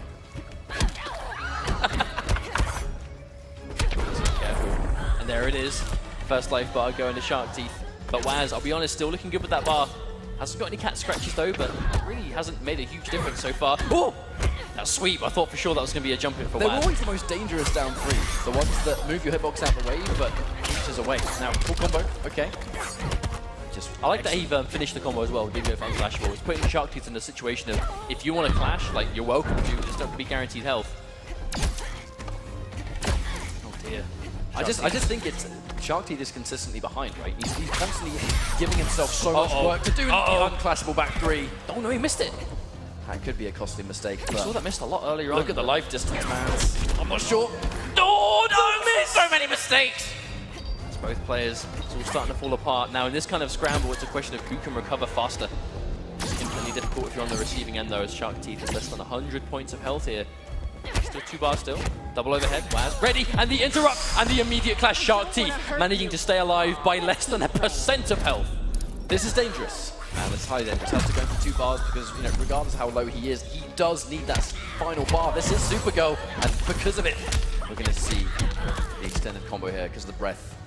I'm just wondering if it's enough. He has to stay outside the range now, but he's 1 cat dash and he's dead. All right, back 1, 2, 3. Good stuff.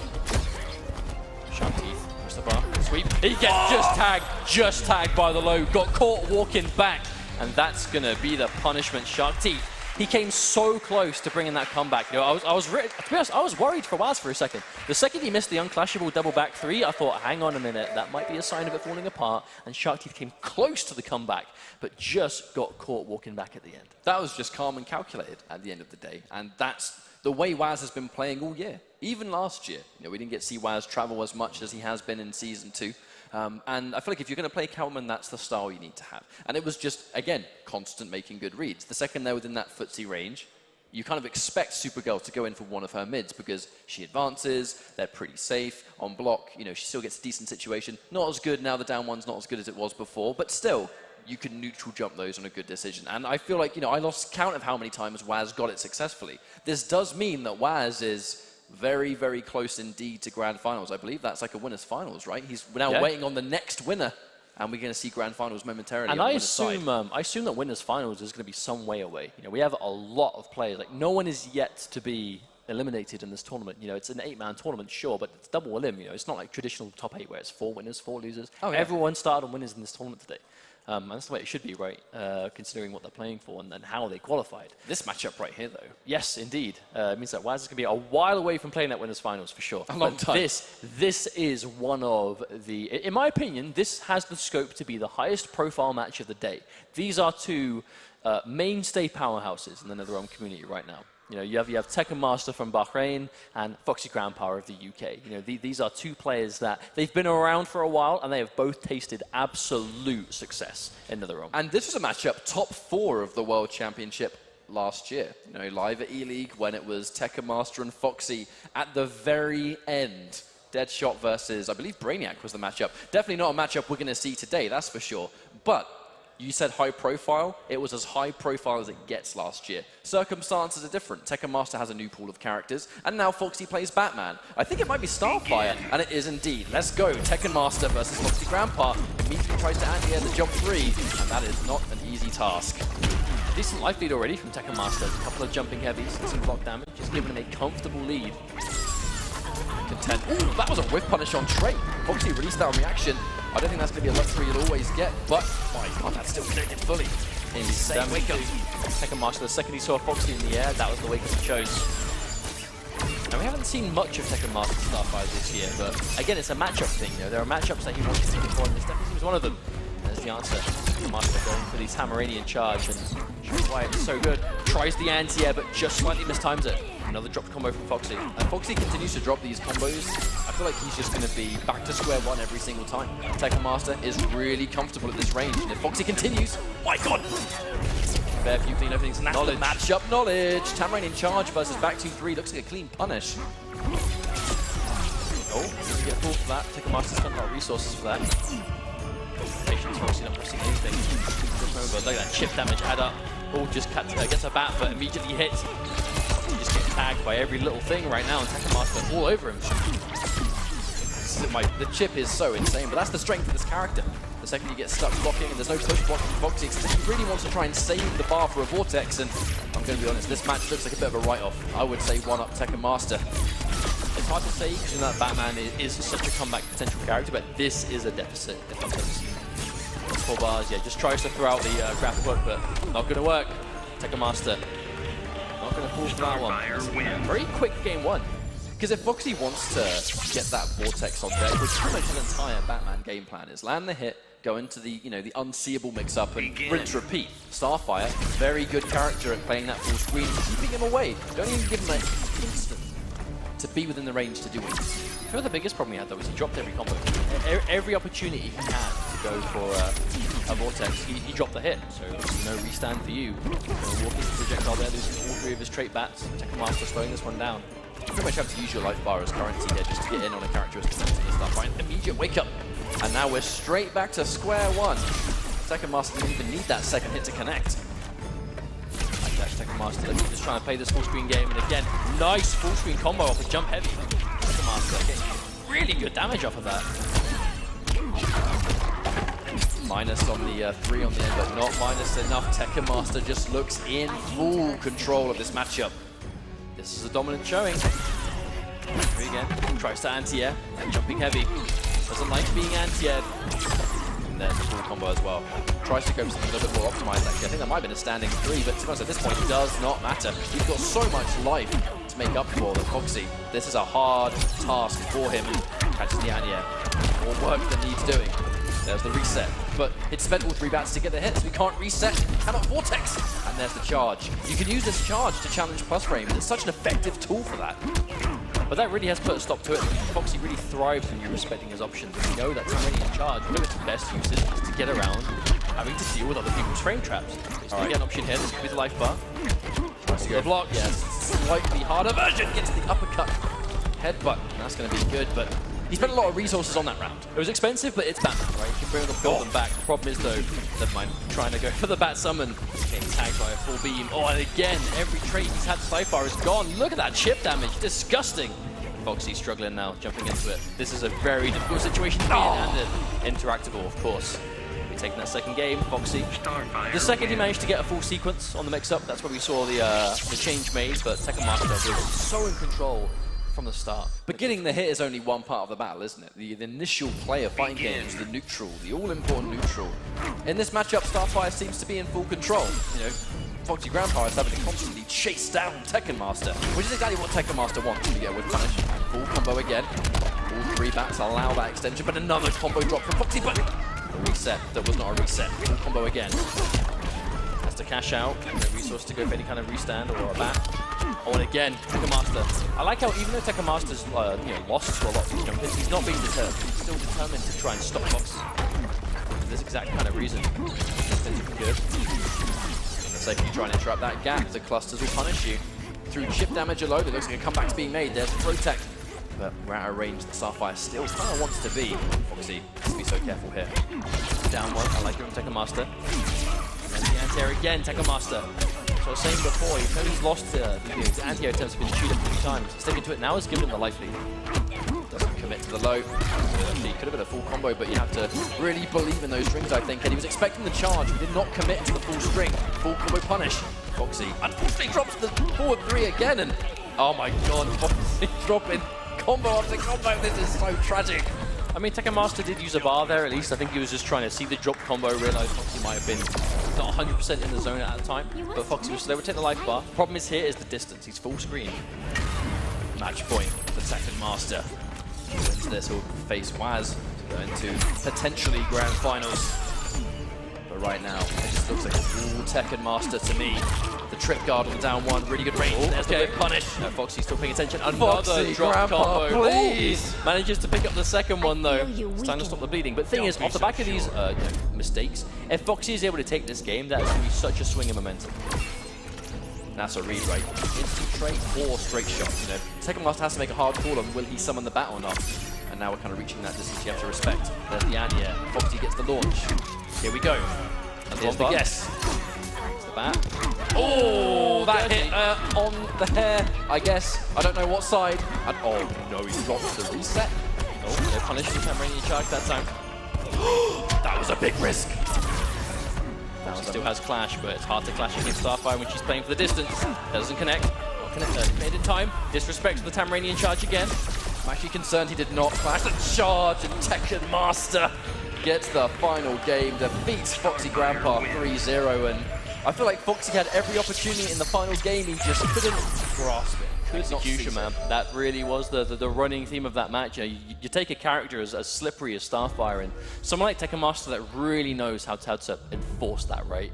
And then you take a fiddly character like Batman, and of course, execution hasn't been his strongest suit today, and I think that match really kind of sums it up. Of course, Foxy's still in loser's bracket, but Tekken Master is going to be moving on in winner's side with a tidy Starfire.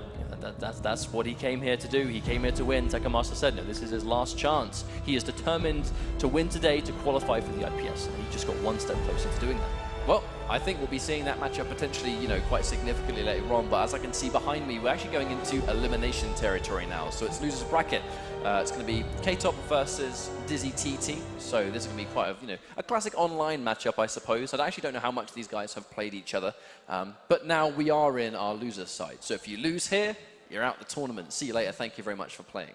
Yeah, and this is stressful times. You know, everyone that made it this far, you know, that qualified for today's 8-man bracket is doing so off of success in their regional tournament. You know, we had EU, and you know, just a refresher for those of you that may be joining us. Of course, welcome. This is the Injustice Intercontinental Championship, where we have 4 regions from International Injustice 2 represented here today. We of course have Foxy Grandpa and Dizzy TT from Europe West, K-Top and Do Basic from Europe East, Tekken Master and Shark Teeth from the Middle East, and of course, last but not least, we have Wasminator and Gilbags from Australia. These are players that they got first and second in their regional tournaments. You know, especially, you know, for example, tournaments like Europe West, we had a decent amount of participants, you know, some really strong competition. They had to do well in a hard tournament just to get here. And here we are. And now someone's got to go 0-2. And it's a interesting situation for these players to be in, because it's been quite an incredible journey for these players. They've had to place really highly in previous tournaments to even be here in the first place, so this is not their first tournament of the league, make no mistake. But it's like you said, a player has to go 0-2 at a tournament. It's unfortunate. No one likes to be that player, but that's the way the cookie crumbles. That's how it goes. That's how it goes. But that's, you know, just to reiterate, like, there's no shame in going 0-2. You know, it's not something you should be embarrassed about. But no one wants to put in the graft they put in to get to this point to fall down like that. You know, like no one is going to want that. Everyone here is a competitor. Everyone here is a serious competitor within their region. And it's just an unfortunate reality of these tournaments. You know, it has to happen to somebody. Now, K-Top versus Dizzy, we kind of, you know, again, we kind of expect Catwoman from Dizzy because it's his favorite character, but K-Top is where things get a little bit more interesting. Does he go? Yeah, so he's gone for Black Canary. This may seem like a interesting pick, or maybe a pick that makes you go, what? But to be honest, not really. K-Top has got a really talented Canary, and we have seen Canary do pretty well versus Catwoman in the past. You know, Sonic Fox versus a Smeege, for example. It's a matchup we know Canary can definitely fight. It's also less of a common character. She does have true 50-50s. You know, this is one of those characters that she's a bit like Flash in the sense that a lot of her mix-ups, it's not like a lack of matchup knowledge. It's literally, these are straight up guessing games. You know, a lot of her kind of drawback is her only full screen option is the Canary Cry. It takes a long time to build up to level 3, and it's not something you can have frequently. But she does hella damage and has unseeable mix-ups. This is a dangerous character to be on the receiving end of. The second you block that knee, it's going to be overhead kick or low kick. You gotta guess, and it is such a dangerous mix-up. One of the biggest true 50-50s in the game. Speaking of which, does not delay the cat dash enough, so we're going to see a full combo. But the bomb detonation, that happened yesterday. That is a true mix-up. That string with the overhead on the end, if you do so, you know, in front of an interactable, it's a launcher, but because it's an overhead, you have to block it, you know, standard. If you go for that string behind it, it reverses the input. It's a reversing cross-up. Dirty stuff from Dizzy. K-Top going to get opened up by it. Lots of bar for Dizzy as well. Got 4 bars of meter locked and loaded. Now he's just sit there and block, look for his opportunity to fight back. The Canary Cry is charged enough that he gets a full combo, I was just about to say. And ask and you shall receive. It's now going to be 1 round each, but again, I'm really eyeing up that super meter from Dizzy. 4, but K-Top making it hard to be opened up here for the sweep. I like the way K-Top is mixing up those meaties though. He's either going for the string that's plus, or he's enforcing, you know, the standing 2, you know, the high kick into either the overhead or the low. That right. Oh, that's so delayed. It forces respect. You know? Yeah, you can press buttons, sure, but you have to know he's going to delay it. It's not as easy as it might seem on paper. And he tries to disrespect on wake up, pays the price, takes damage. Instant jump 1. Hello, no jump for you. And now Dizzy finally able to use some of those resources he spent all game building up. Now he's going to get some pressure. Down 1's going to be in his favor, but no cat scratches for plus frames. Oh, cross up with the overhead going to work. Unclashable, unclashable. Forward dash out the corner, Dizzy. Reactionary stuff now, but another hit goes through. Plus frames. Watch the whole thing, but that's chip territory now. But K-Top, unclashable. Wake up flip. And there's the sweep. The low profiling instant sweep, which could have been a crazy scramble, but K-Top's going to nip that one in the bud. Make no mistake. Again, it's Dizzy who's playing well from the back foot. Oh, big life deficit, and again, K-Top's going to get launched. Drop the combo from Dizzy, unfortunately.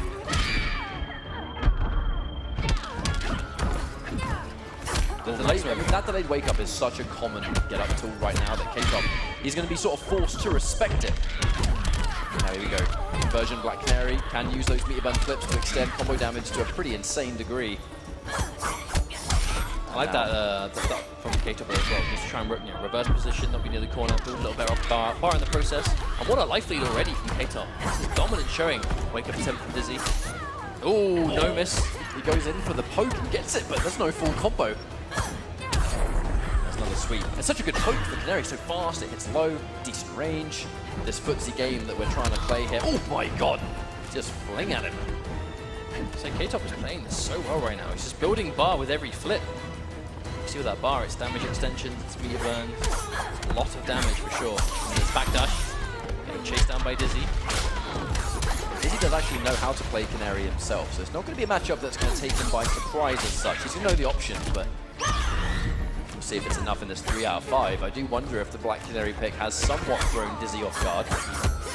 It's working out to K-Top's favor right now. This is the benefit if you're a player that has lots of characters at your disposal. It's very hard to maintain those kind of characters. Oh, what a whip punish. It's hard to maintain that many characters, but your reward is being unpredictable. This is working well for K-Top right now. However, Dizzy able to even things out, but as I can say that, there's going to be a full corner combo from Canary. Canary Cry is building up. There's the mix-up. Really good block on the low. Guessed right on this occasion. That's the scary thing though, when you block correctly, you could have just as easily guessed wrong for more damage, potentially the game. Now I wonder if K-Top is going to spend everything here, because Dizzy being kept at life deficit is going to be 2. Spends 2, saves 1. Be 15% back for Dizzy, 15% against a character like Canary. He's just going to chew that up. Well, Canary has enough trait left that if he now lands one of those mix-ups, he's going to full combo, and that full combo could be death. Canary does so much damage. He's going to spend the farm trying to catch a poke. Doesn't work out. Good block on the overhead too. Dizzy, he's guessing right, but he's not getting much reward from this. The air tech to escape, but the chase down, this should be death. K-Top going in for trait, and he gets a jump in. That was so clean. All he needs. That was so clean from K-Top there. That was almost like a 75% life bar sequence. Combo into chase down the air tech into full standing combo. K-Top wasn't afraid. And we saw this before from Dizzy. He went down 2 games from Waz, went back to player select, took a little bit of time, and then was able to take the first game in retaliation. Now, what's going to happen here? This is a crucial point for Dizzy, of course. We know he's been, I mean, even Dizzy, right now, Dizzy has been traveling to many events this year. You know, he really wants to prove himself and show that he is a serious Injustice 2 player. And he's almost had like the 9th place curse, right? A couple of 9th place finishes. Never a bad placing, but not the placing he wants, you know, and this was going to be another one of those situations. He definitely could still win, but it's going to be so hard from this point. K-Top is looking so good. He's just playing really clean. I'd go as far as to say, I just don't know if I've actually seen K-Top play this clean in a very long time, but speaking of which, unfortunately, no confirm. That was either no confirm accidentally, or he was trying to reset. I would assume he tried to go for damage. Knocked down. All right, Dizzy, it's his turn to play. Oh, other side. Looking caught K-Top off guard a little bit. Oh, where's the mix? Full combo again. There it is. Here comes Black Canary. Oh no, missed the combo. Unfortunate, actually. Keeping things more even than potentially they should be. Oh, but he walks right into it. I wonder if K-Top went for a really late anti-air attempt. But of course, Dizzy not going for the back 3. Because he doesn't want to lose this corner positioning, which we can see is so important against someone like Canary. Oh, tries to anti-air, but misses into a complete momentum shift, and K-Top finds himself on match point with barely any life left. He did the interactable, but he empty jumped it. He didn't extend his hurt box, which allowed him to whip punish the anti-air. He is back where he started, but for it to be, you know, match point for him now, he'll take that trade all day. And that forward dash again. This time, K-Top doesn't press a button. Oh, my down God. One. Down 1 to Canary Cry is so insane. He's going to get an extension. Knocked down into mix. Oh, no. This gets the tech roll. Picks up the block on the low. He has been blocking these correctly, but it just hasn't been helping him. I mean, it's because the Canary Cry is safe. Ultimately, it's, you know, when Canary has the Cry... Oh, wow. We haven't went through. When Canary has the Cry ready to go, it does make these dangerous 50-50s safe, or at the very least, harder to deal with. Going to get some health regen, but... As we've said before, this feels like our last lifeline for Dizzy. Now he's going to get the combo, but K-Top, you're only going to get 1 jump in on me, and I'm going to undo the damage with my flash. Only 1 bar spent though, K-Top holding on to 1. Not a bad idea, considering we've seen Canary with the damage. Really trying to stand true with the mix. Dizzy has blocked it successfully almost every time. That was an insanely good sweep. Yeah, just whipping him. Nice backdash managed to ignore that. I think Dizzy just trying to take any damage he can now, right? Chip or not? Roll back 3 didn't work. Wait a minute. Gonna get damage here. Dizzy has loads of bar. And I'm really nervous for him. 1 more opening and he's probably gonna be dead. No opportunity. The reset. Oh my God! The interrupt, but no! He did not believe in it. Gets over, but the recovery from the sweep. He's looking for the time to trade in his favor. No push block. No push block. Oh, the second he gets Canary Cry, is there anything you do? Oh, watch out for the environment. He has to watch out for the fireball. It's still there. Oh my god, he commits. Okay, this is dangerous. This is so dangerous now. Has to enforce plus frames. Oh my god. Okay, top. Oh, the delayed cross-up comes through and Dizzy TT is eliminated from the Intercontinental Championship. K-Top with the surprise Canary pick. That just goes to show it's important to have more characters if you can, because you need to be able to catch people off. But even then, like that was a good game. That final match was incredible. Like truly it was. And I think a big part of that was K-Top, like not biting. You know, he wasn't taking the bait on the interactable. He was just standing in front of it and just threatening. You know, like you said yourself, it's something to watch out for. At that kind of chip damage life, I mean, it takes a lot of discipline to do that. And I think that's really impressive for K-Top to be able to control himself, to not take the bait. You know, don't take the potentially easy chip finish, because if you get jumped in on, it might be over. Now, I mean, we could talk about that for days. We could talk about it in droves, but there's not much time. We have to go straight into our next matchup, which is a matchup I don't think we ever expected to see in a competitive circuit. Do Basic versus Gilbags, the Joker versus Enchantress. Could this be a world first? I've never seen this matchup in my life. Is this the first time we've ever seen Joker versus Enchantress in an Injustice 2 tournament? Like, I genuinely cannot think of a time this may have happened already. Like legitimately, like,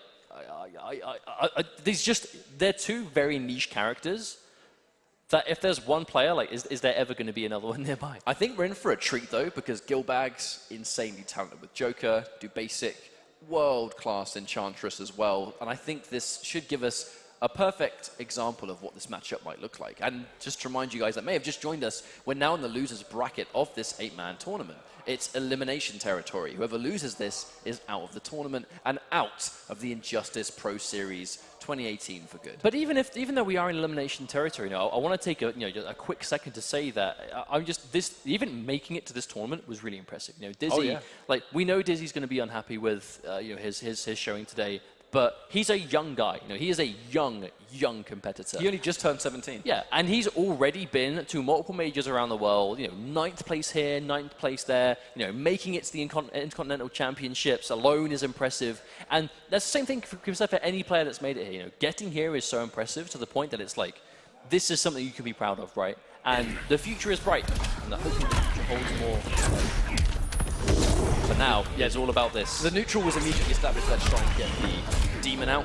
We saw that against Atom, the Tekken master. Very difficult for Enchantress to get going, and he's backdashed it. The first time we may have seen a curse.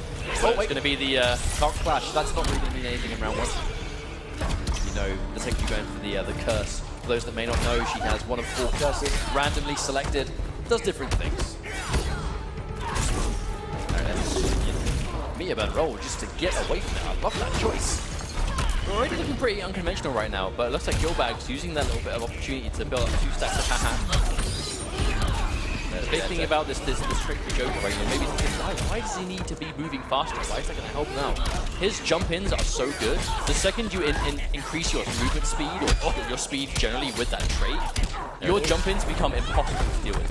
Now, speaking of which, Gilbags just got a wonderful sequence there in the corner, and he's going to take that first round really comfortably. And Raja would say that it was actually the increased jump-in that made Do Basic eat it for breakfast.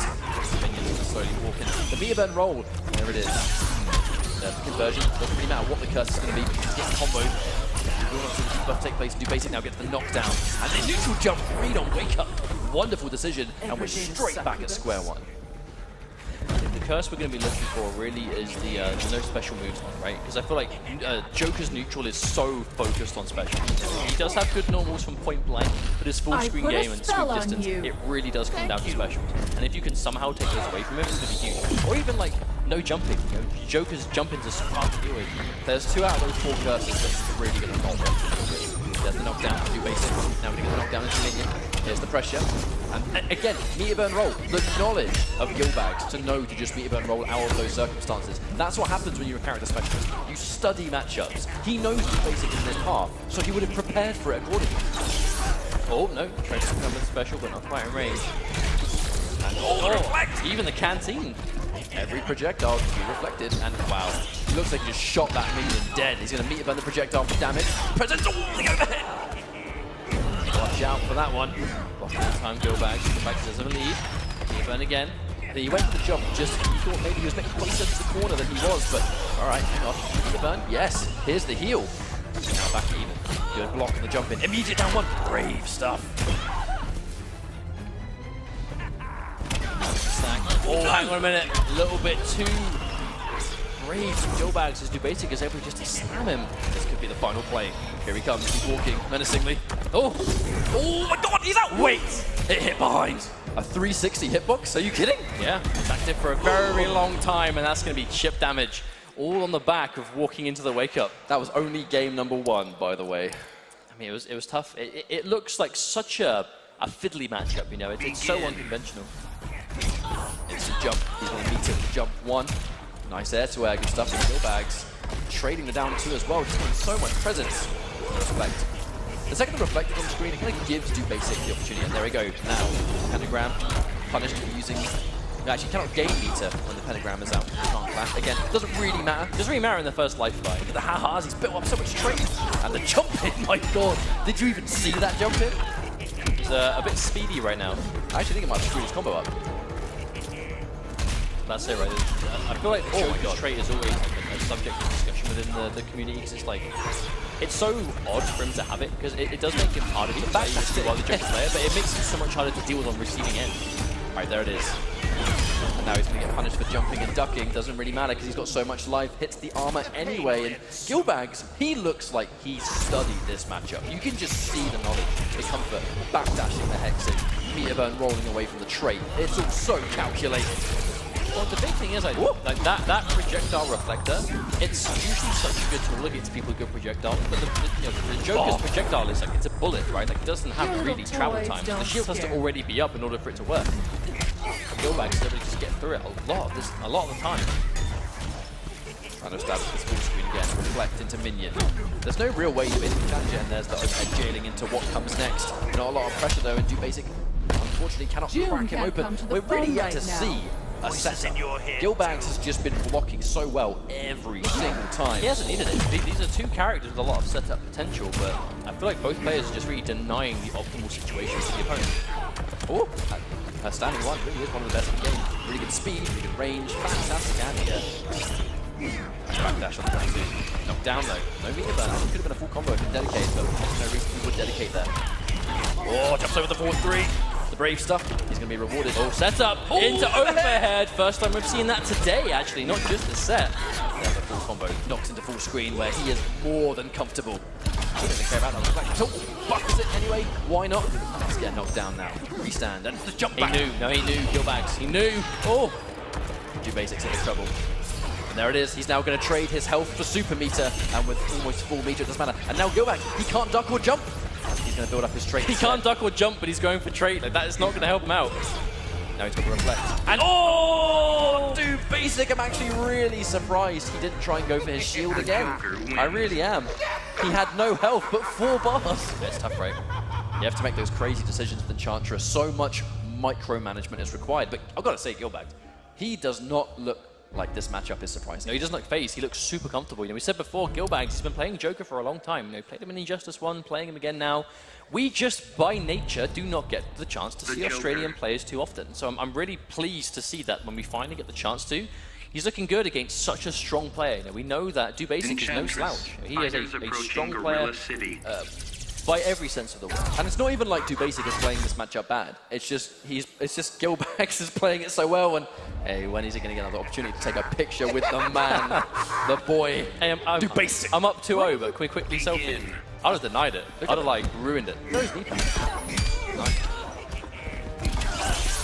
Immediate wake up, but again, he's already in the air. The 1-2 had a slightly different animation. Speaking of which, there's the drag the point. A little bit of combo drops from Dubasic. What should have been a back 3 became nothing at all, and that's what tournament can do to execution sometimes, man. It can really mess you up.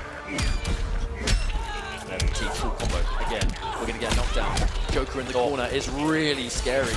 Mix-ups again. Watch out. Oh my goodness, the sequence, the dream. Oh, every Joker's ideal situation. He's not finished. He's not finished at the push block. You know what? I actually wonder why he pushed blocks. Clip it. Someone clip it. Someone clip it. That entire life bar was perfect Joker play. However, that's going to be match point for Gilbags, who's just keeping Do Basic as far away as possible. Okay, he's now going to get punished a little bit for using specials. That's going to be the meter drain, I believe. That's the meter drain, yes. Sorry. But I think that's going to be important. I did study it, I promise. Oh, tries to catch on the way down, but Gilbags. Oh, Gilbags. He's really comfortable right now. Do Basic. So against the ropes. Thing is, big jump in. It's because he popped one of the trades. It completely messes up your muscle memory of how to anti-air the Joker when his jump arcs are different every time he trades. Because I feel like Gilbags' usage of the trait is a big part as to why he's got such a lead. Because it looks like defending against Joker with trait and without it, it's a night and day difference. This character is so much speedier. Had a really hard time with his execution in this game, and I feel like that's what Elimination Point can do to you. It really does have quite a fair old toll. I mean, this is as high pressure as it gets. Do Basic is down 2 games, loses bracket. Gilbags is not looking short of momentum. And yes, nice anti-air.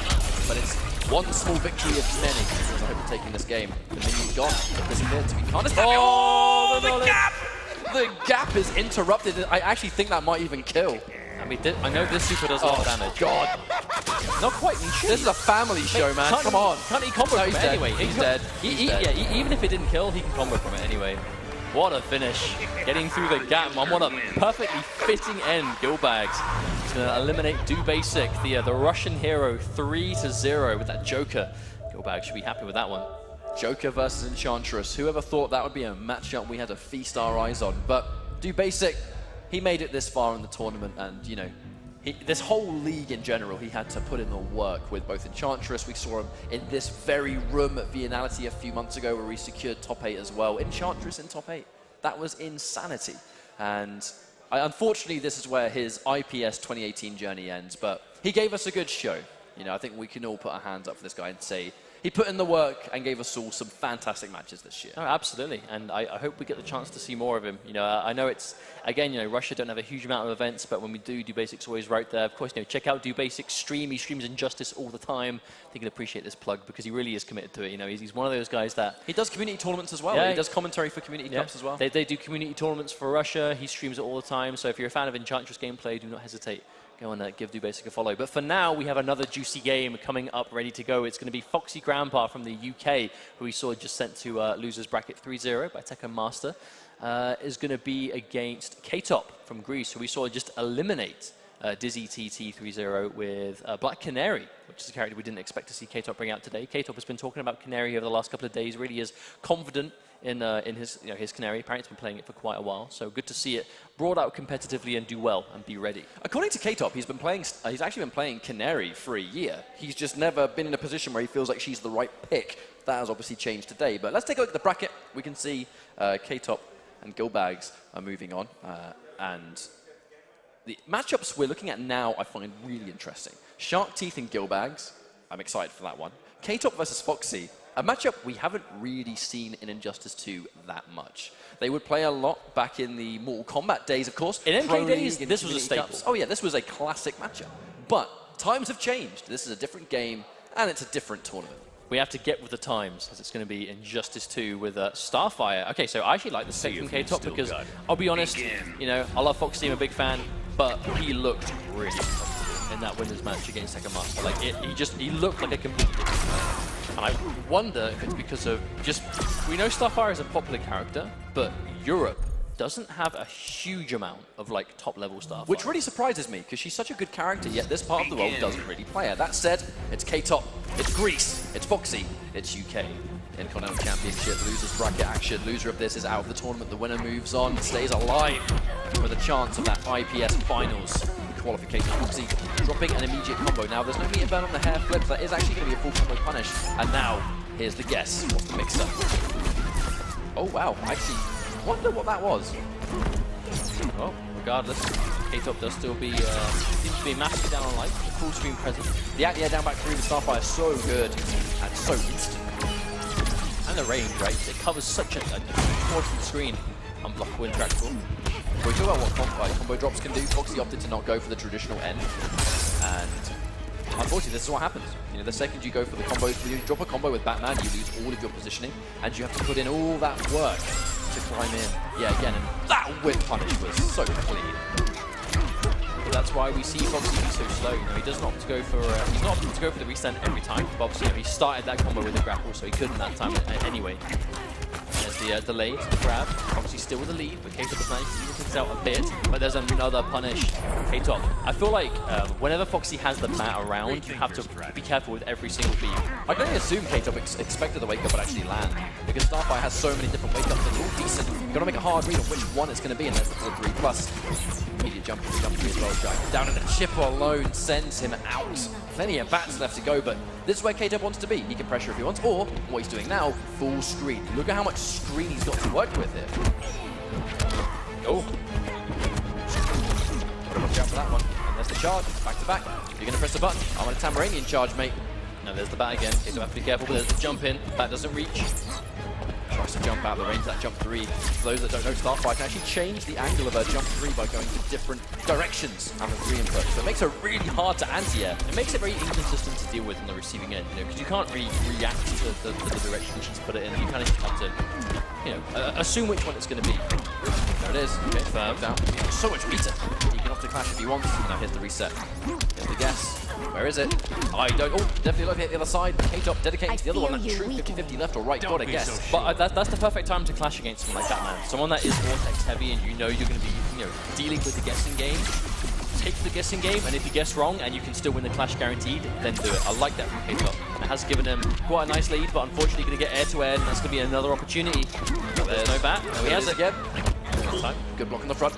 That's just to say no to those plus frames. And interactable. Right place, right time, and he clean jump right over the clusters. He chases it down. This should be the game. It's gonna be back 2-3. Bat release and Foxy. When he lands his combos, the proof is in the pudding. Yep. But of course, that air tech at the end from K-Top, it was one of those damned if you do, damned if you don't. If he chose not to air tech, probably would have died to the combo. If he did, and Foxy's ready for it, which so he was, still gonna die. But that's one of those situations you have to make a decision on K-Top. Whilst making the wrong decision is something he had no choice. You know, he was forced into that moment. Can't take back, not when you're in the corner. May as well just ask for the game to be lost. K-Top in the mean green this time.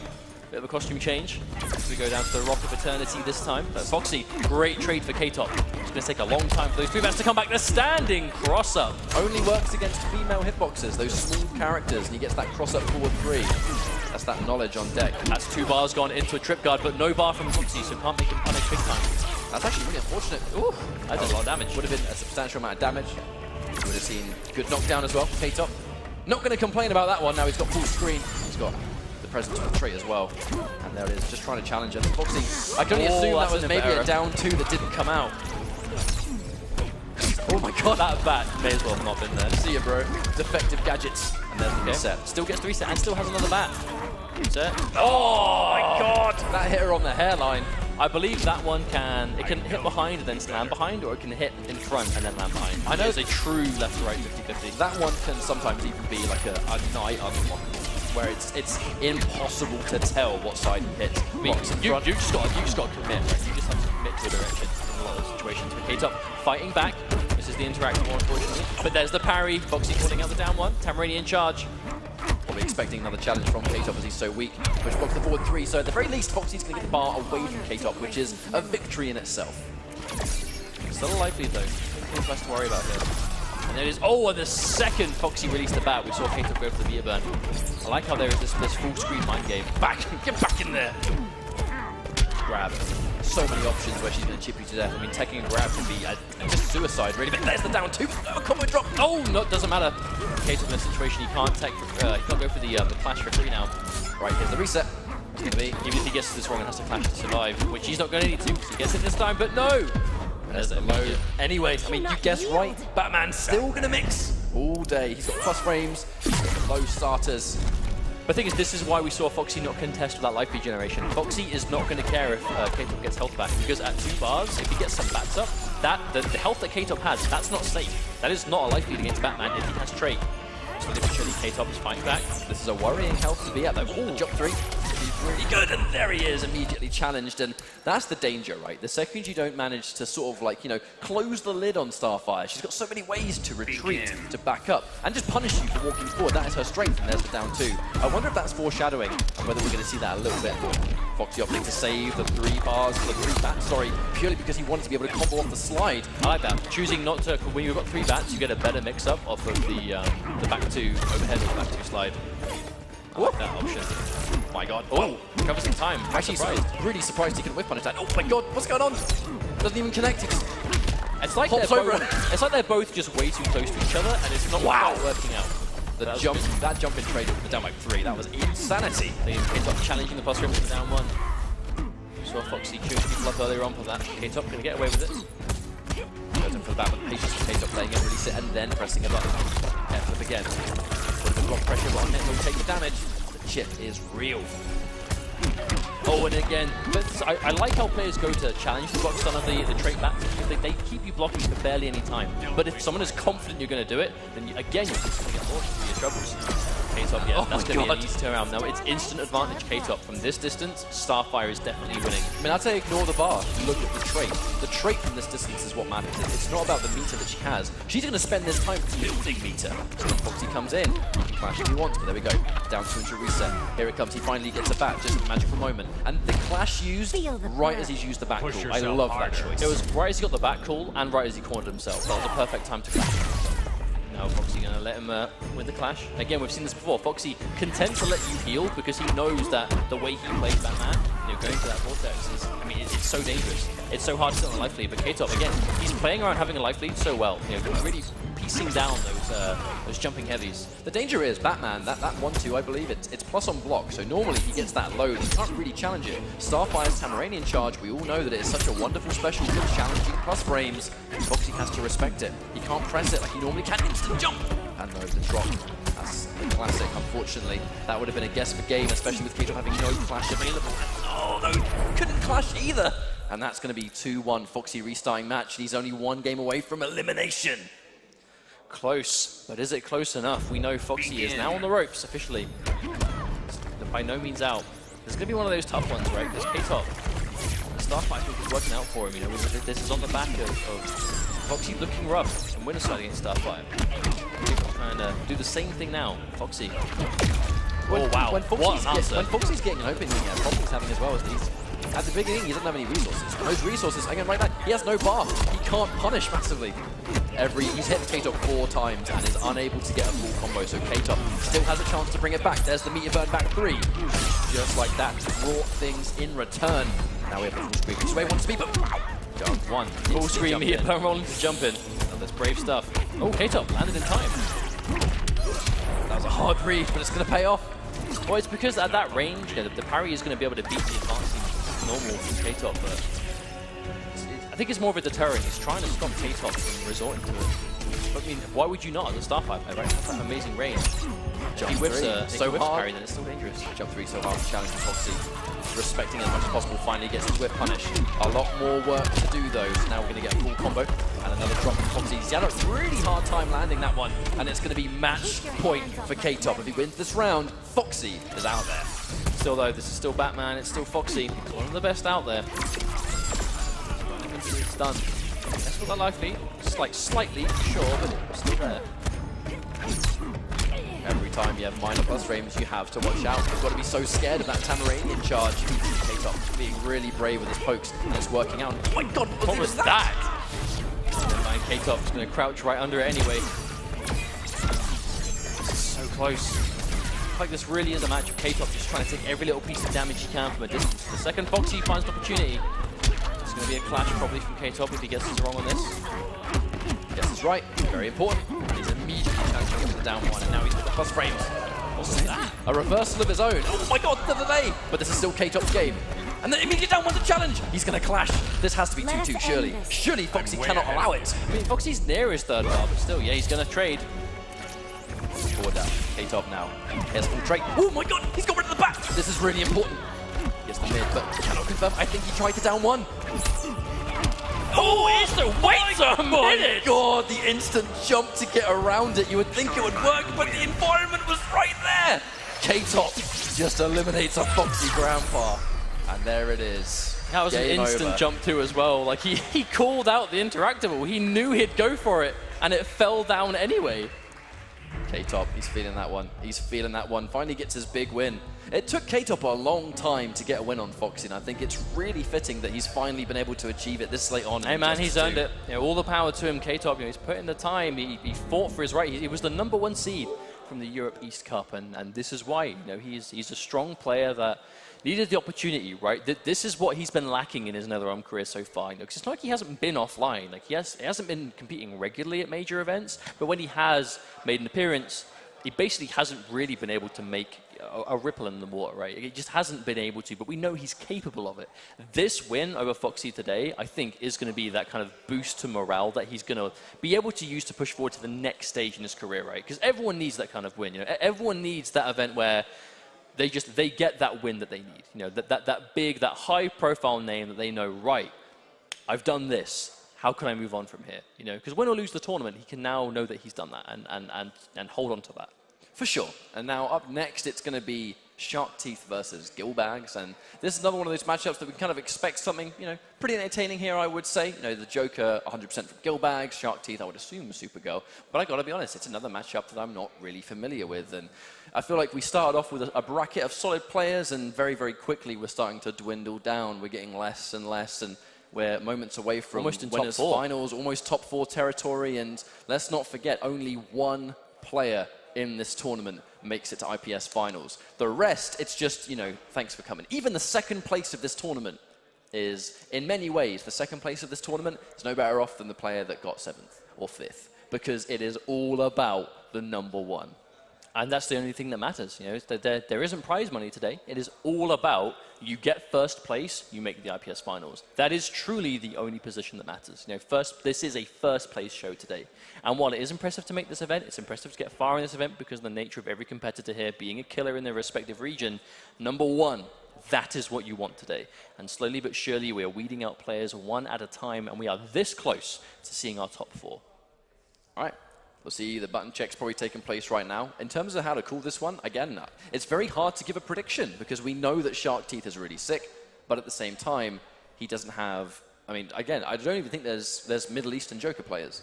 This is going to be one of those running themes, I think, where Gilbags, we were worried about his lack of Enchantress experience, and he looked clearly very knowledgeable. Dr. Fate, interesting choice. So we saw Shark Teeth bring out Dr. Fate against Tekken Master in the online Middle East Cup. And it didn't look like, you know, it was by no means like the best Dr. Fate we've ever seen, but it was tidy, right? It was solid. Like, it was very clearly picked for, you know, for a reason. And I feel like Dr. Fate, he is an incredible character right now. Dr. Fate is seen to be top 5 in a lot of the community, and for good reason. And a big part of Dr. Fate is just how he shuts down certain characters. Dr. Fate is such an incredible bully in full screen. And if you don't have the means to deal with that full screen game, you are going to have a bad time. And I wonder if Joker is one of them.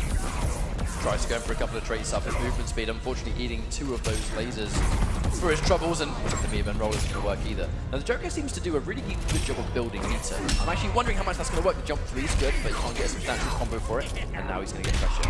Delay, Shark Teeth, caught squirming, and now he's going to get a full combo. Oh, he challenges the plus frames! I actually wonder if that was a setup into making him block that back 3, so he had those plus frames. It didn't look like a drop, it looked very deliberate. Oh, and the steal. Gilbags went from being massively down to taking the life bar, and Shark Teeth's cornered. The danger's going to be now is actually Shark Teeth escaping the corner. I know he's, you know, Dr. Fate's a really good character with his back to the wall, but if the Joker has crazy corner presence and Dr. Fate's wake up keeps him in position, the team can shoot him up. There we go again. Trade. Really good trades. Now it's going to be out. Trade's going to take a while to regenerate the orbs to establish a bit of presence. Now the has let him move a little bit closer. And the 4-2 just chews him up.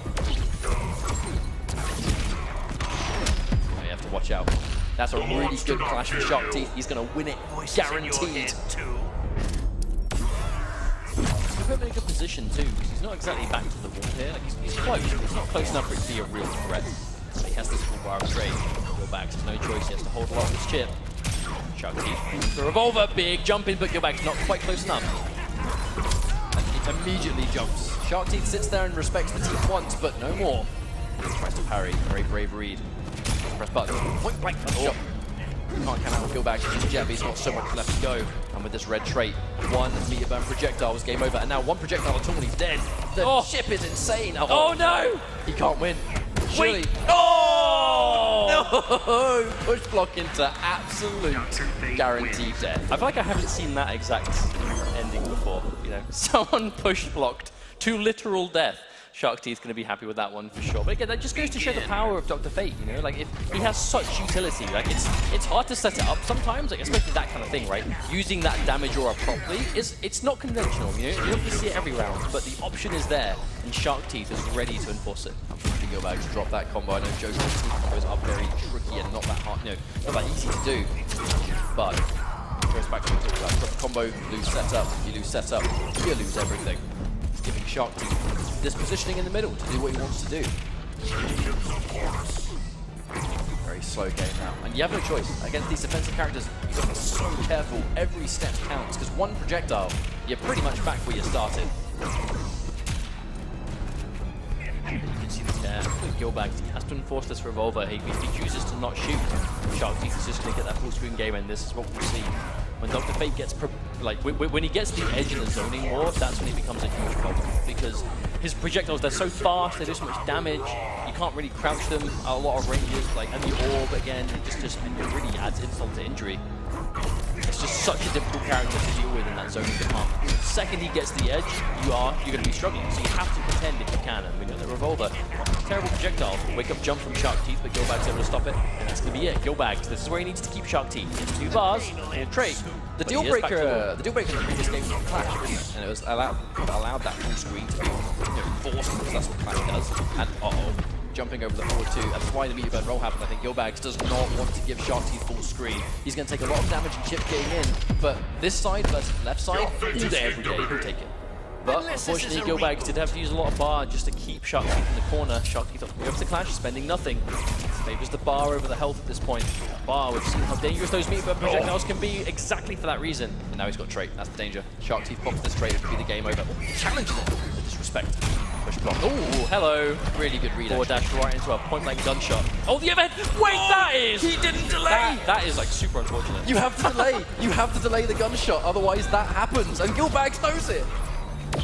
Oh! No. Yeah, hate to see that kind of thing happen. On the back of that, because the overhead connected. Like, by all intents and purposes, that was a combo waiting to happen, but an unfortunate misplay from Gilbags. You have to hold it. You have to hold for, I believe that he said 2 frames. There's a specific frame window, I think he said 2, where you release it at a certain time, and then you get the launch. But yeah, it's not easy. And in tournament pressure, I mean, I don't blame him for dropping that. It's so hard to do. Unfortunately, it did result in the game losing.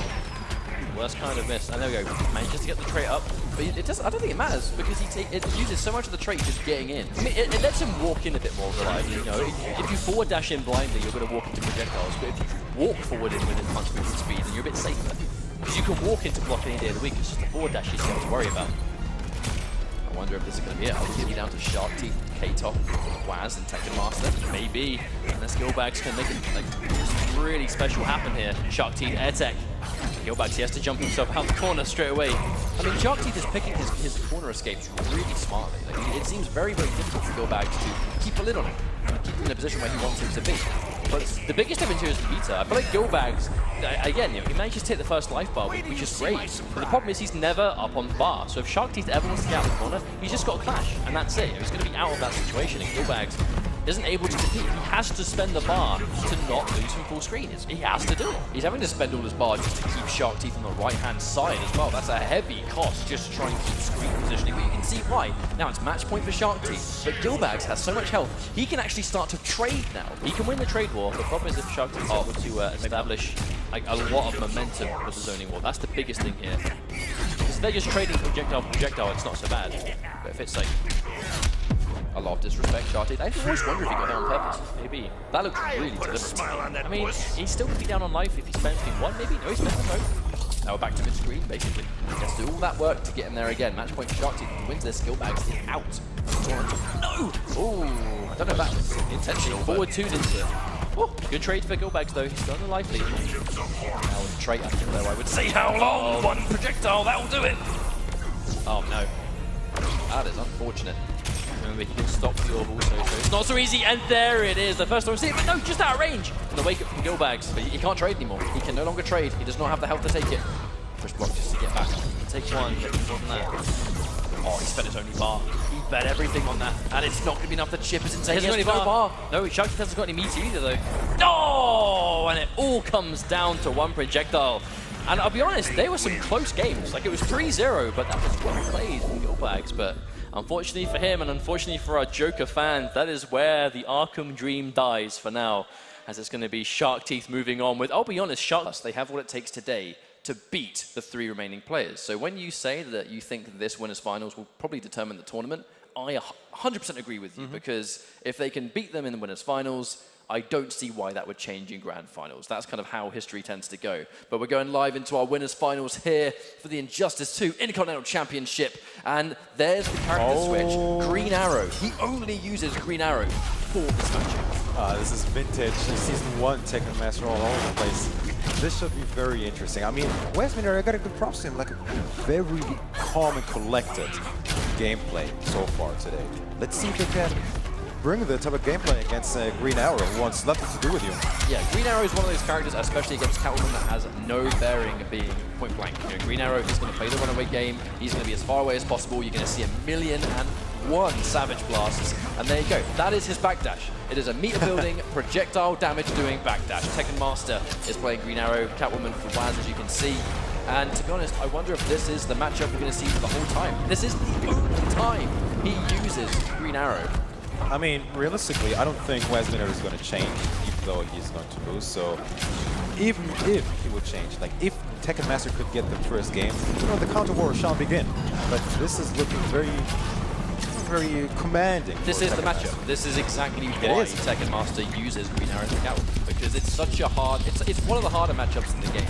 And that's what Tekken Master does. If he can give himself an advantageous situation, he's going to do it. Just to remind anyone that may have just joined us, this championship, the winner of this tournament goes to the Injustice Pro Series Finals. And only the winner. Only one of these players is making it here. Indeed. I mean, it's literally do or die. But I mean, we've seen now both corners of the map, and I think it comes down to how Waz can nail it in the corner. Like this right here is important. Like how you got to make most of it. It's risky because Green Arrow has so many ways to wake up. So it's a matchup where Catwoman has to do nothing but hard reads, and that's why the matchup is tricky.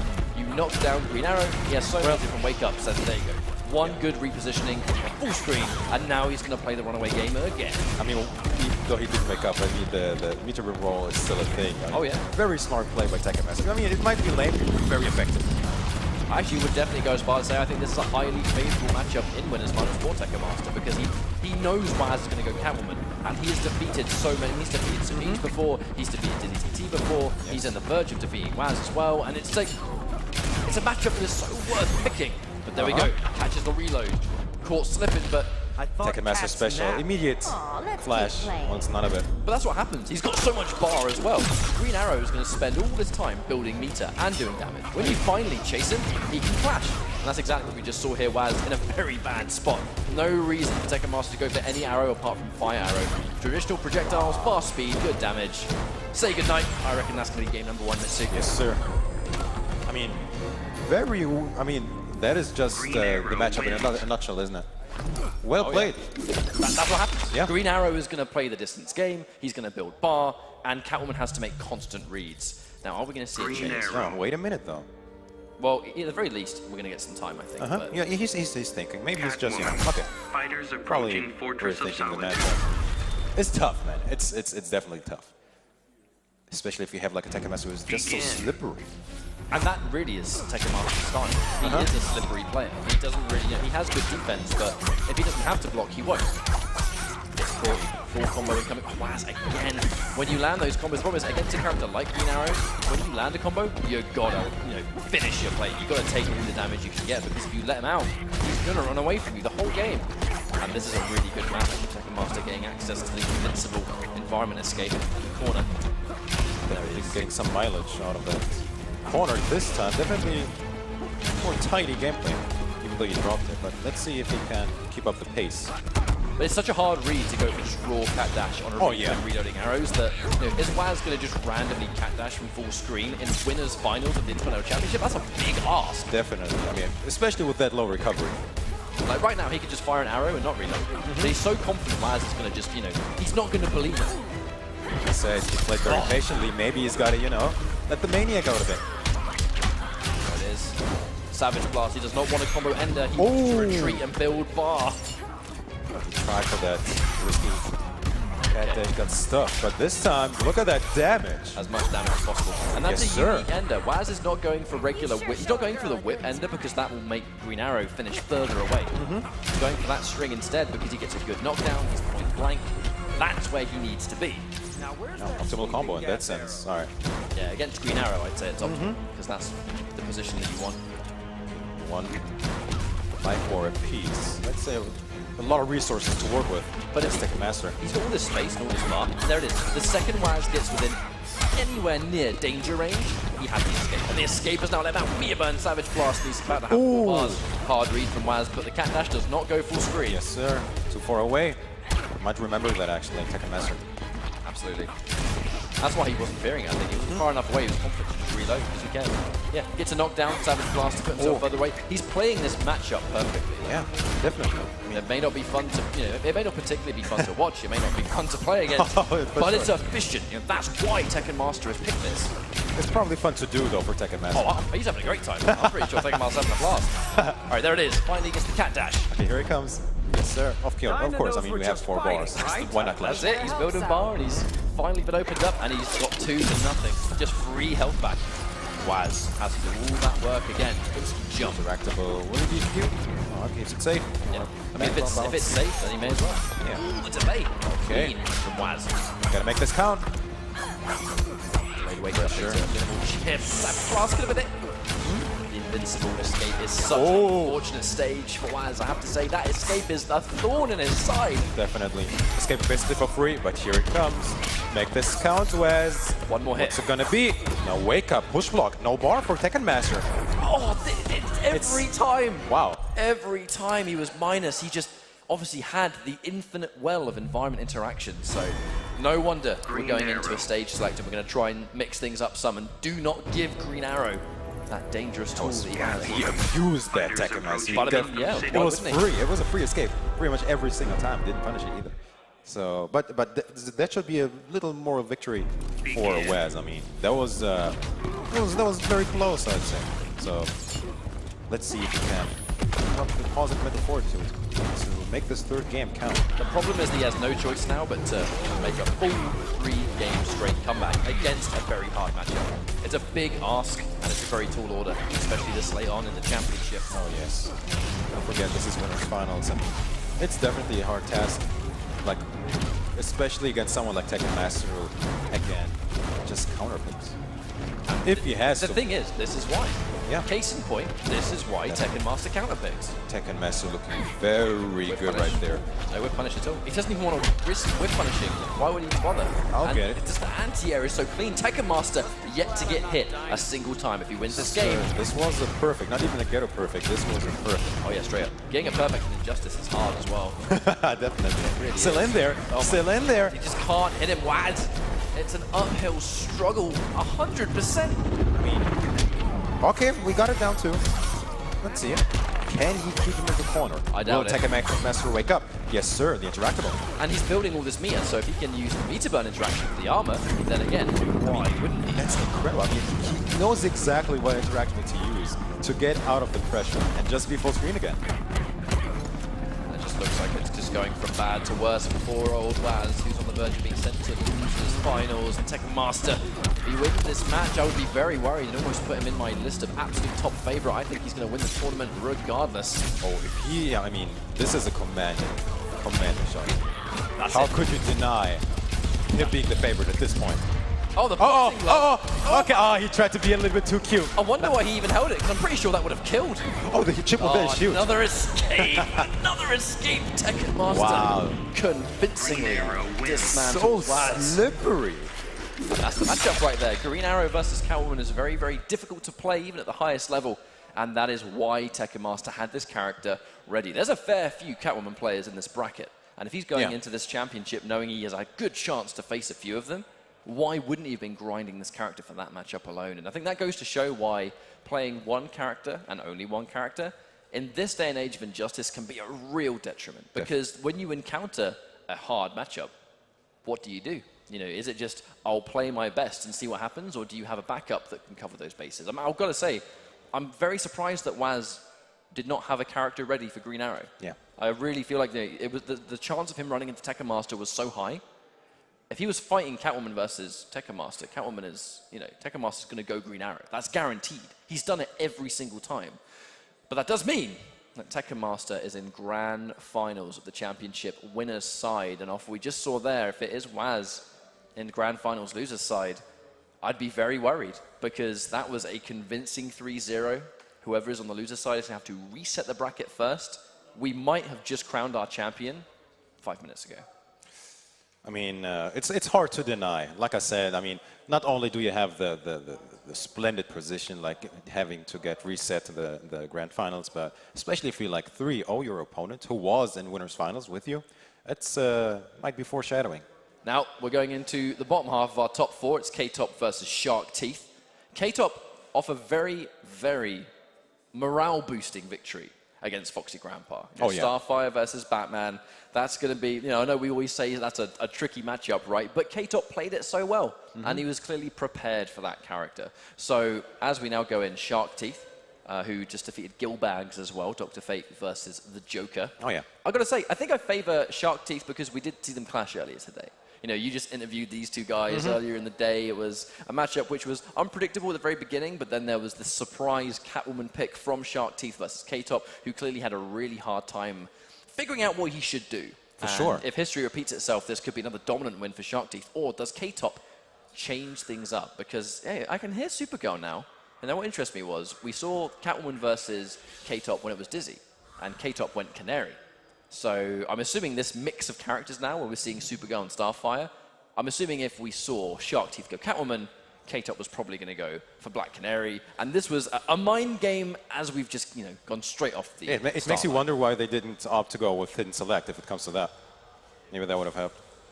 But, I mean, this should be interesting. I mean, she has measures and things to deal with Starfire's zoning. I mean, the air floats on reaction. She can teleport. She has a zoning tool on her own.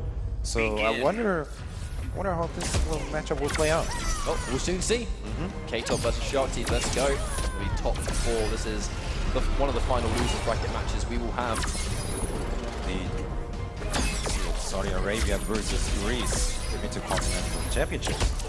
Just remind you guys at home. Yeah, that is the semi-final. Never mind. But yeah, I said you guys saw nothing.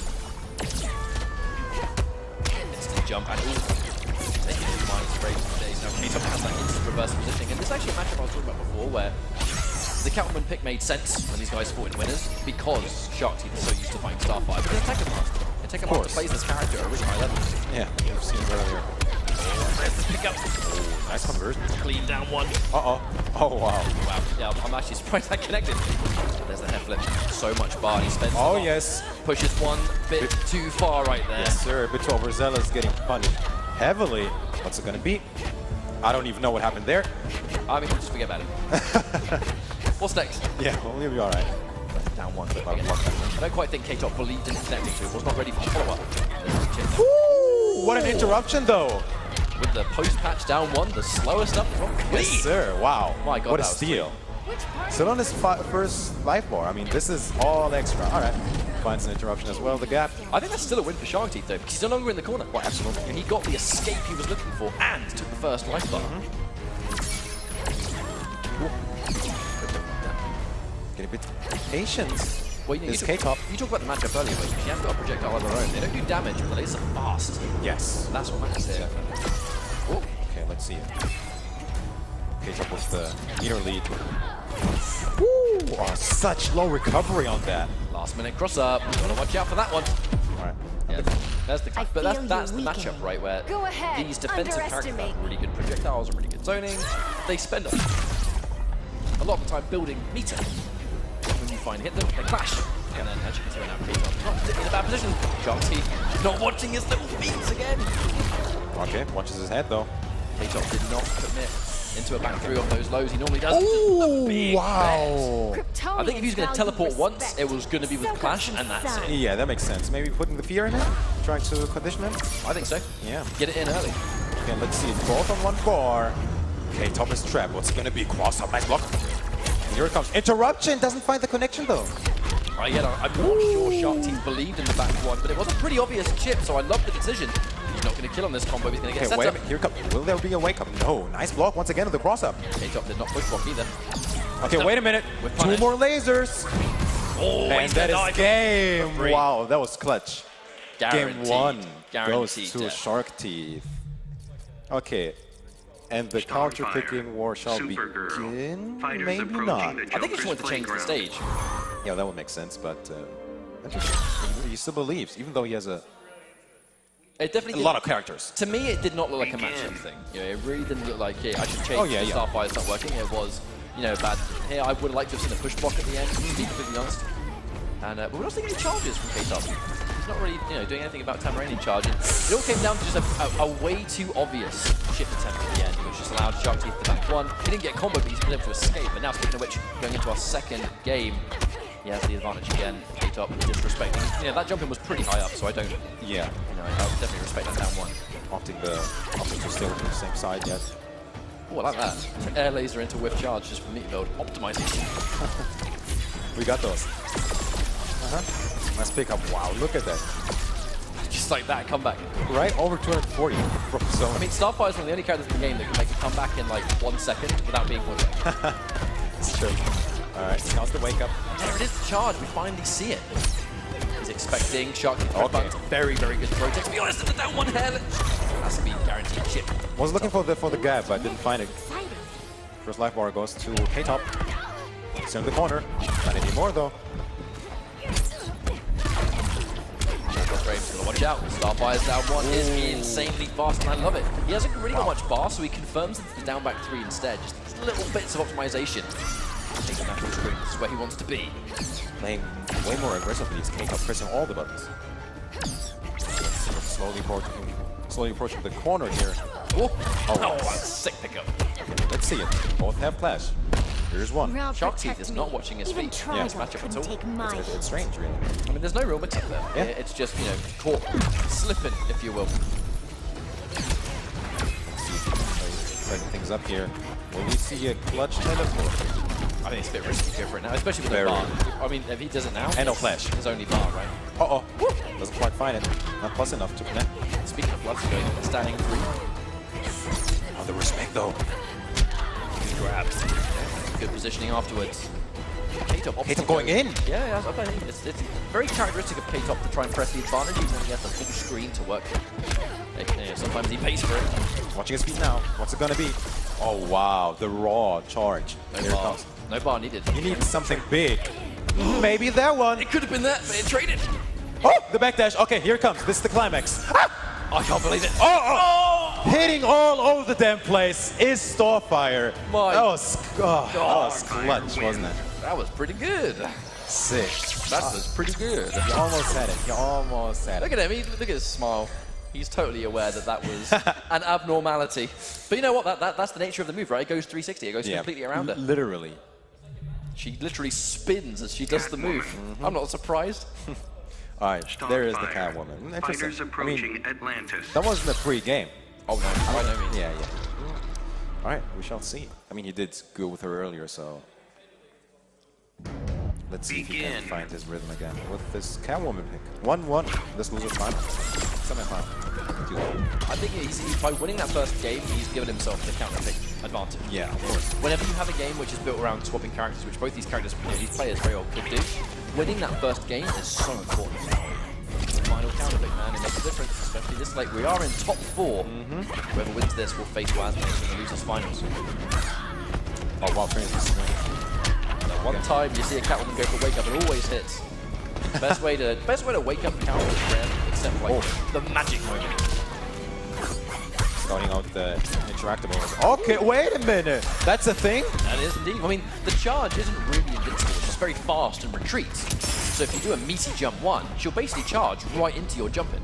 That was definitely premeditated from Shark Teeth. Oh, now, wow. watching his feet at last. So boss. Okay, nice. Now, this is a great position. If Shark Teeth now changes to counter and wins this game, K-Top is likely to maybe swap away from Starfire. And maybe he's going to go for Black Canary, which if he then wins the game as Canary, Shark Teeth gets the final character change. I just wonder if we're going to reach that point. There's the charge again. My word, the damage on this move. Very, very strong indeed. Let's not jump the gun just yet. K-Top definitely still in this. I'm definitely jumping the gun. As I said that, he's pretty much even things out easily. Right? Here's the grab though. I'm only for the first time. She just bent over backwards just to get an even better look at that thing she's got hit by. Harry didn't really do much there. And he's observing. He's jumped through, which is good. Right, chip damage again. Ooh! The crouch! The punish, point blank. Don't do that. K-Top has a clash, but he's so down on meter, he can't use it. He can't afford it. Full, I mean, he's 3 bars. Yes. Wait a minute, he has a trade as well. Ooh. He has no choice. He has no choice, but this is hurting. The combo was going to kill. Shark Teeth can spend 3. Okay, let's see. Surely, of course. Okay, how much will this hurt? I mean, a lot. Okay. Wait, okay, here it comes though. We all know the cat dash should be enough. Is he going to risk it? Both knew. Not at this rate. Uh-oh, both no. Wait a minute. But this is still going to be favorable for Shark Teeth. Of course, all of it's this. still going to be a good range. This is going to be a reset. K-Top has to make the hardest of reads. Okay, easy. Okay. Oh my god! Here it comes! I told you both knew! Okay, we almost had a situation, but Shark Teeth being so kind and diffusing it. Very brave. Yeah. Very brave indeed. Very, I mean, both knew that it was coming. Now, still opting to go with it. This is what I was talking about earlier. Do we now see Black Canary for this game? Because he is going to bet a lot of confidence on, I got to win this game, otherwise I'm out. And the other one as well. Oh, no, he isn't. He's actually, I think he understands, right? Like, when he goes Black Canary, that could then give Shark Teeth the option to change to a character that he feels is better for the matchup. So does he bet his farm on, I'm going to have to go Starfire all the way, because I don't want to deal with what could be a difficult matchup for Black Canary later. I really love the jump. The meta. Didn't believe in the string, but the jump 2 is going to connect anyway. Oh, yes. Oh, yes. Talk about range. Okay, let's see it. Charging up those scratches. Uh-oh. Could have been that was a whip punish waiting to happen. I think it was looking for the sweet spot. Didn't quite believe it. Yeah, he's going to go for the 3 instead. Does not want to go for the clusters. Oh, the Shark dropped a couple of times and just raw commits. Oh. 8 on the wake up. That's going to be a full goal. No, doesn't meter burn it. Oh, wow. That should have been a full combo, but K-Top does not meter burn the clusters. That is a crucial mistake. That's coming back to haunt him. Almost even now. Plus frames, push block, smart stuff. Trade of for trade, I'll take that. Okay, here it comes then. That's out of range. The down one brave. Yeah, you just can't add the Starfire at all. It's tough. It's one of her main strengths, is her jump 3. I mean, I think she has, I would definitely go as far as say I think she has the best jump 3 in the game. It's so hard to anti-air, but you use it as a defensive tool, as an offensive tool. It's so versatile. Definitely. Those anti-airs at their range definitely on point. Very, very good anti-air indeed. So fast, big hitbox. Max range normally where jump 2 would be quite a delicious choice. Yes, especially for Catwoman. Okay, here comes he tried again. He did try to do it again, but gets down 3 by mistake. Okay, watching speed now is Shark Teeth. First back 3, we see here Roy. Oh my god! Jumps into it! My man just did it. K-Top with the brain. Wow, the recovery on that! That would be life bar. Match point, Shark Teeth. Match point, but he's almost half a life bar down. I definitely favor K-Top, especially after that trait. And again! Uh-oh, say that again, Ketchup. That was chunky indeed. Wow. Now, one clean hit now into back 3 or whatever Nice. he said. Okay, let's see it. Is it gonna go Maniac mode? He has no choice, right? He's almost dead. Oh, he didn't believe. Okay, wait a minute. All good. We got those. That might have been the drop he needed. Needs one more. Oh, he has it. Didn't believe again. Goes with the grab. Watch out for the wake up mix-up. Oh, he's still alive. Oh, the chip. No, the chip damage. Starfire, you son of a gun. Meter all around and no chance to use it. That's what happened in that game. That and was it's now unfortunate. the final match. And you can see this is actually why I think K-Top decided to stick with Starfire. He was confident he could win this matchup. And now selects a new fire. Now Shark Teeth, we talked about having the luxury of the final counter pick. He now has the choice for the final pick, if he wants. Okay, here it comes, here it comes. Think about this. Shit, think about this. wasn't even a bit timid. He was just like in there. I mean, look, if this is going to be Shark Teeth's last lifeline in the Injustice Pro Series, he is famous for his his super. Yes. So if he's going to go out, he's going to bet the farm on the character that made him who he is. I mean, quite literally, not only with the pick, but the playstyle too. Oh, Let's go. Let's just go big or go home. This is a best of one right here. We're playing old school rank matches up in here. Oh yes, this one will determine a lot. But Shark Teeth coming out swinging in this final game. Look, that's a fantastic start. He's done so much damage in such a short space of time. I mean, now he can just, trade even. And he isn't even doing that. He's just, K-Top is forced to go in. Look at that. Slowly approaching the corner as well. What's it gonna be? There's no way K-Top's getting hit by that. Oh, the down two? Are you serious? Get off me! Get out of my face! All right, let's see it. Oh, so patient! K-Top, unfortunately, he's down one too many times in a range he's clearly going to get hit. That's going to be match point for Shark Teeth. If he wins this, he will be in losers finals. Very convincing as well. Supergirl pick so far definitely working out. Let's see. Jump 3, late on the ground, so still plus. Oh no! The repositioning forward 3 as well. Shark Teeth, this is his round, and this is his chance. A combo, last minute cross up, the good block. Cement mixer, hello. Okay, let's see. Okay, gets a raw for 3. We in there. Doesn't use his trade. He needs it. He Puts needs to himself save in the it. corner though. I think that might have been a crucial mistake. Okay, we have a situation. Okay, let's see it. Breathe. You cannot let it crumble now. This is his chance. Every single damage counts. Oh, the whip punish. Okay, nice duck on that. Barely whiffed.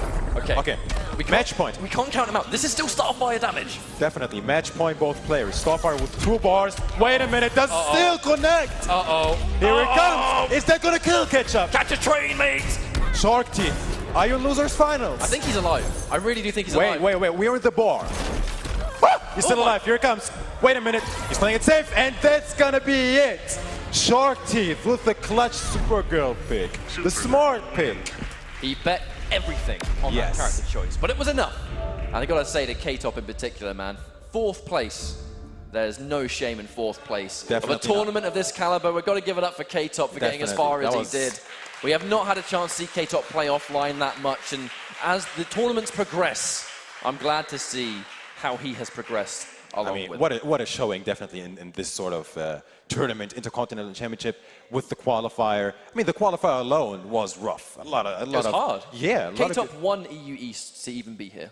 So, I mean, that alone is quite the achievement. But yeah, making it so far into the brackets, definitely respect. Definitely. I think the Middle Eastern scene has a lot of passion for its players and passion for its community. How are they going to feel now that the Middle Eastern scene has 2 of the 3 spots in the top 3 here in the Intercontinental Championship? I think it's quite a fitting result so far before we even progress into our future matches, of which losers finals up next. And the winner of this moves into grand finals to face off against NASA Esports Tekken Master. But Shark Teeth and Tekken Master both fell short in the IPS in terms of points. The Intercontinental Championship is a last chance for those that fell short in IPS. And it's almost fitting that 3 players that were left, Waz, Shark Teeth, and Tekken Master, we saw them the most in the IPS this year, next to, of course, Dizzy TT as well. So, that's why they're here, and that's why they're this far in the tournament. They've been grinding non-stop. They know how important this is, because it is their last lifeline. These players will not be at the last chance qualifier at ECT. They are only going to be that's confirmed? Oh, yeah. As far as I'm aware, they're not going to be at ECT. This is their final shot. Making things even more juicy. Okay, that's their LTQ, isn't it? Okay, this is going to be very interesting. Can we see 2 Middle Easterns? Can we see 2 Middle Easterns in grand finals? That would be an interesting storyline, wouldn't it? I know the boys and girls back home will be happy to see it. Oh, for sure. Either way, he's going in for Wonder Woman, actually. We're not there just yet. Wonder Woman is Shark Teeth's option for this match. And again, there's always going to be a reason for it. Shark Teeth, much like Tekken Master, does play multiple characters. But it makes you wonder why he didn't go with Green Arrow as well, doesn't it? I don't think he plays Green Arrow. I think if he had an arrow, I've no doubt he'd have picked it in this match. But both these characters, extremely grounded. Wonder Woman, though, is a very, very, I think, extreme bully-style character on the ground. That shield toss covers so much distance. Her down 2 is an amazing anti-air. She has the shield bash for good frames. Wonder Woman can fight this matchup for sure. It definitely makes sense, especially with the down 2, as you just mentioned. Should deal well, to say the least, Well, she against can just bully Catwoman's Waz the whole shenanigans. game. I mean, we There it is. saw, okay. Don't even think about jumping in. That's what she says. So calculated, so calm, this Shark Teeth right now. Just as you say, really making the most out of the shield toss, and not letting her in. And he's not been touched either. Like that full screen shield toss, it just stops Catwoman from being able to press buttons. Jump 2 or the jump 1, normally really good. Anti-aired by down 2 effortlessly. Okay. Preemptive down 2 and not getting full punish. Right. 2, oh my god, press a button at your own risk. Shark Teeth takes the first round very easily. I mean, that had confidence written all over. Very calm as Shark Teeth. He's very composed. Shark Teeth is very composed. That's yes. always been his strength as a player. Very, very composed indeed. Back 3, no armor here, so he's just going to get chewed up by that environment. We're probably going to say an attempt at a big play from Raz. But it's that- 4 bars. The down 2 recovers so quickly that you kind of use it as a poke, and if she extends, she eats it. She gets more. Just actually block. sick. It's pretty fine. Okay, now the whip buff, just to make life even harder for Yeah. poor old Waz. Every was hard enough. Oh Here my we go. God, this is spent 2 bars of damage. Drops the back 3, but he's done so much damage now, who cares? Alright, does not meet burn the shield. That's going to be a full combo for Waz, and an opening he was so desperate to get. Okay, makes it count. It's going to approach the corner. What's it going to be? Yeah, Shark Teeth plays this character, so he's very familiar. Does one wrong shield toss though, which is going to give Waz a bit of a lifeline. Okay, knockdown whip, let's go. 2 big hits. Oh, Didn't check him. Okay, blocks it. So careful with those shield dashes. Waz looking for the whip punish, but risky to whip punish if he meter burns it. It's gray health is very low. Catwoman no stranger to chip damage. But he so consistently whiffs buttons and then does an immediate special. Yes. An immediate button, just to catch you pressing. Wonder Woman and Supergirl definitely the right characters to do so. She gets 1 of 5 buffs, and actually in this instance, the whip buff was Oh! what Shark Teeth wanted. 2 hits was all it took. Very much trait. That's what that was.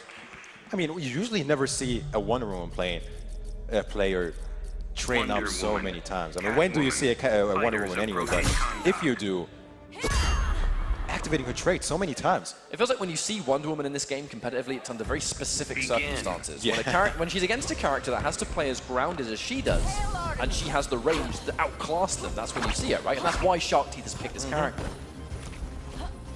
All right, 1-0 in this losers finals. This is very interesting, to say the least. Too late on the down 2 attempt. Will not matter. Everything Shark Teeth is doing right now is really risky, but there it is! Okay. Wow. Speaking of risk free. That's now opened up, but that is indeed a risk. So now Waz needs to think twice about it. Good trade for Waz, actually. Good damage still. Puts himself in the corner. Not sure I agree with that one. Yeah, probably wasn't looking for that. Damage over time. Oh, again. Wazminator wise to it this time. Oh, the whip buff again. In this matchup, the whip buff is so good. Painful jump in though. Whip punish clean from Adel. Oh, wait a minute. Staying alive because that clutch air tech. Oh, that's the strength. I think her jump 3 is so good that anti-airing Wonder Woman is hard as well. You can tell this is the matchup we've seen, right? That's why he's picked his character here. Good jump into that, yeah. Good whip punish. One more check. Wes definitely still needing 1 touch only for this life bar. Let's see if he can get it. There's no meter for air tech, but 1 risk too many. The down 1-2 punish though. No shield toss means she can't do damage. One thing about Wonder Woman, she has to have shield toss for damage. Without it, she has to commit to a very slow and unsafe low. There's the buff. Air dash, okay. Wow, he didn't even waste time. He went straight over the air dash. He knew, all right. How Give did it he to know? me. How did he know? Immediately. Okay.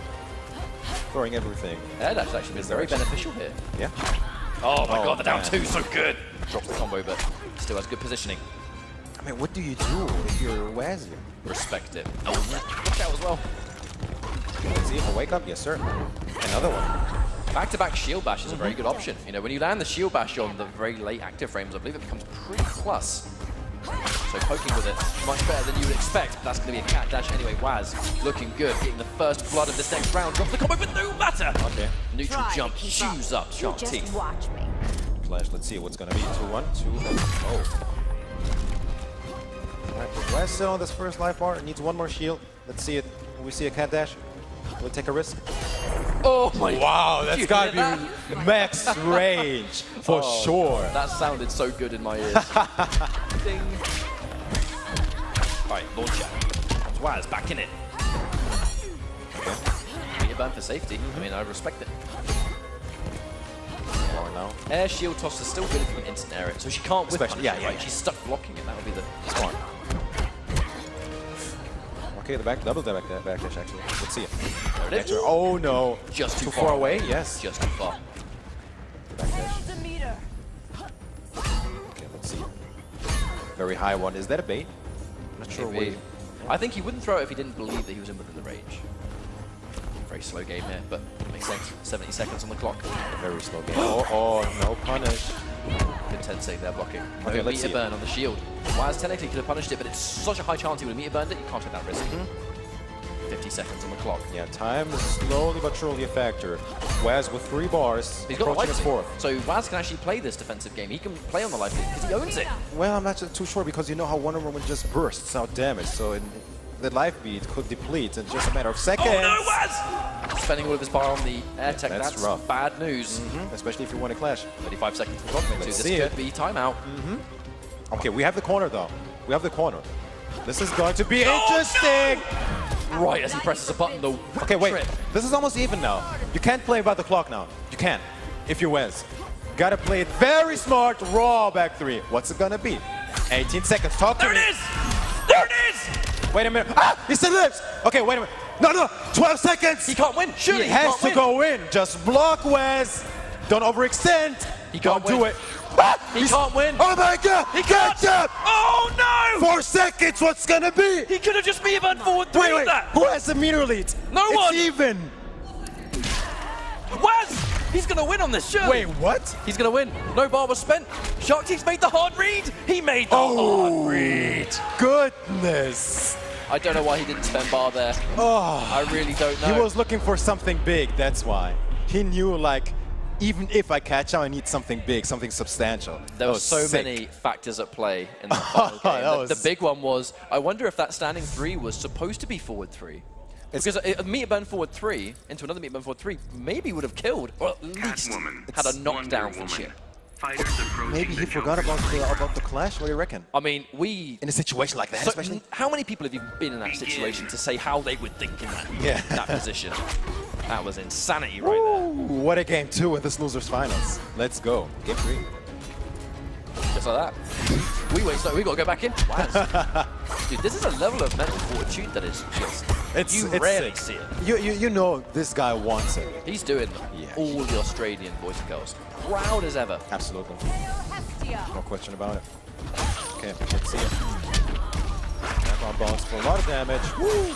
Wow, over 500. Good God. Right? Thank you, Buff. Just like that. Thank you, Buff. Okay, there's the environment used. Shark Teeth back in it. Waz had a great start, but that's Wonder Woman damage. That range. Very good. Cross up jump. Jump 3. Come on now. Is he going to lane it out? Shark Teeth. That's one. I actually like that Shark Teeth has gone back to this style. This hit and run, stick out buttons, expect Waz to press. Oh, anti-air shield. It's probably because he has the life lead as well. I mean, You can afford to. yeah, exactly. Oh, God. Just like Another that. shield toss to seal the deal. Yeah, but even the metal fortune from Shark Teeth here, after a clutch game like that, clutch loss, just very calm and collected again. The fact Shark Teeth can take a loss like that and recover instantly, that kind of loss can tilt many a player. Absolutely. And he's looking fine. Waz gets an opening again. Okay. Optimization, jump back 1, just to make sure we have the corner repositioning. Has no cat scratches for meter burn though, so we can't enforce plus frames. Okay, let's see. I mean, this game 3 is so important for Shark Teeth because he is more likely to go with the counter pick, not Waz. There it is. Waz does what needs to be done, taking that next round. Okay, so even again. Shark Teeth in the corner. Oh my God, he does meter burn it. That's risky plays. Oh yes. Okay, let's see it. The meter lead is now Waz. Oh, Again, the challenge! I dare you to press a button there.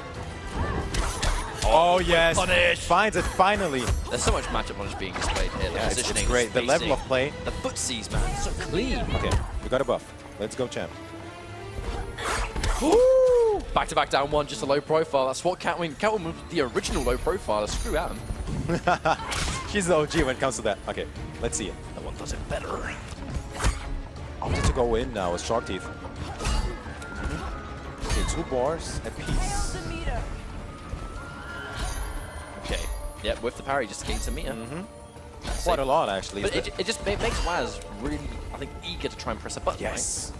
It's a bait. It's a mind game all over. Oh. Oh, okay, that's very important because he lost, well, he spent 2 bars. If he has to flash, like you were saying, he's now got nothing left. Or very little. Okay, let's see. 2 bars. I don't blame him for saving the bar, though. He needs... Oh, he needs something big. He needs something for damage. He needs to Definitely. save it. Man, this could be another very close game. Okay. Hello. Never mind. Still in it, 2 bars. One It's more Waz. opening and Waz is out of this thing. Well, you're looking at one combo into what? Oh, no! No, he didn't believe or he didn't find it. That's very unfortunate. Very. Waz now giving himself a lot more work to do. He still has 2 bars. You're looking at the bounce cancel. He gets hit by 1 shield meter burn, though. He's in trouble. He's going to wait till Sly Sharks. He's taking Challenge it this time. Oh, wow, what a whip punish. Here it comes. Looking at 1 more shield. I was just talking about the shield bash being a thorn in his side, and how about that? Wait a minute. Okay, catch up. Be calm, be calm. I will if you will, mate. Wait. I can't promise anything. Just watch his feet just like that. Wazminator with the clutch. When look at that guy's face. He is calm as ever. So what are you guys worried about? This is easy. This is another day in the office. Unreal. My God. Imagine that. 2 times in a row. How can you not break the whole stage after a clutch win like that? Because we still have games left to go. There it is. My word. Oh, yes. Sick. And we're still going. But very interesting that he is sticking with Wonder Woman. Because I thought maybe a character switch, you said it earlier, if you're going to go out with your main. Maybe he doesn't like Catwoman versus. There's so many things. Maybe he dislikes Catwoman versus Supergirl. He's not going to go Starfire versus Catwoman because he himself picked that exact matchup against a Starfire player. All right, let's see. I definitely want to see a game 5. There it is, down 2. But it's just, unfortunately, just out of range. In many cases, Roman, sometimes her down 2 has more range than some of her other buttons. Like right there, you can get to down 2, but not be in range to actually do anything. That's a jump 3 again. Wonderful backdash from Waz, who is just looking clean as ever. And he's having to resort to the shield charge now just to get some damage. Better than nothing. Maybe Waz doesn't care about that. He'll take that just to try and get 1 opening. Definitely a heads up. Let's see it. No, down 2 this time. Waz now looking. It's crazy how even though he's down in life, he looked like he was in control. Oh, the wake up! Oh, I know something about wake ups. Watch his head. Wait, he was walking forward? I wonder if that was Waz's. I mean, he plays on a converter. Uh-oh. It's actually, I know it's quite an outlandish suggestion, but he plays on a converter, so I'm wondering if that was a converter thing. Don't be a devil's advocate. Hopefully everything is cool. I'm going to assume that was just a really weird turn of events. Possibly. Okay. Doesn't have the bar to spin it. That's really good news for Shark Teeth, actually. Looking very good as Shark Teeth right here. I wonder if Waz is a little bit psyched out. He is so close to the grand finals. But Shark Teeth doesn't care. You can't rob him. He just doesn't care. Walking into those shield tosses. Being so careful, there's the whip punish. Found it. Okay. Realistically, you want more to get the life bar to have his match point. Oh! And he tries to combo. Oh, wow. Still finds it down 2, though. This is looking very good for Shark Teeth. I would say don't count out Waz, though. This man's made some ridiculous comebacks already in this exact series. Sure. All right. Okay. And he's still got clashed here. There's something, yeah. Yes, of course. And Shark Teeth has to be careful with his bar spending here. This could be dangerous, but Waz still on match point. Okay, here it comes. Now, this is the sequence he needs. Ignore the life bars. This is a Catwoman sequence. The tech! The tech! That might have been an option select just for that particular wake up. All right. Surely 2. Yes. 0. Uh-oh. He's still Catch down. Him. Not again. Don't do it again to me, man. He's still down. This is a hard ask. Anyway. Oh! Okay. The tippy toe of that thing. Okay, let's see it. Both have 1 bar. Slowly approaching the second one is coming. He's now within a magic range. Okay, wait. Nice shield. Doesn't watch his feet. Keeps on a clash roll. That was an intentional drop, and just like that, the air shield toss gonna put him to 2-2. Wow. Game 5 in this losers final. Sick. That was a really, unfortunate round, unfortunately, for Waz in that first round, where he seemingly kind of just walked face first into Wonder Woman and took all that damage. That was definitely strange. Well, we're going down to a final game at Suwon's. It's going to be yes, our I want losers it. final. The winner of this individual game makes it to grand finals to face Tekken Master. Only one player of our 3 left goes to the IPS finals next month. Okay, what's it going to be? Australia or Saudi Arabia? Going to find out very soon. I mean, both players, you can tell how much they want this. Doesn't connect. Okay, that's safe. Safe fish. Oh my god, Just out of range.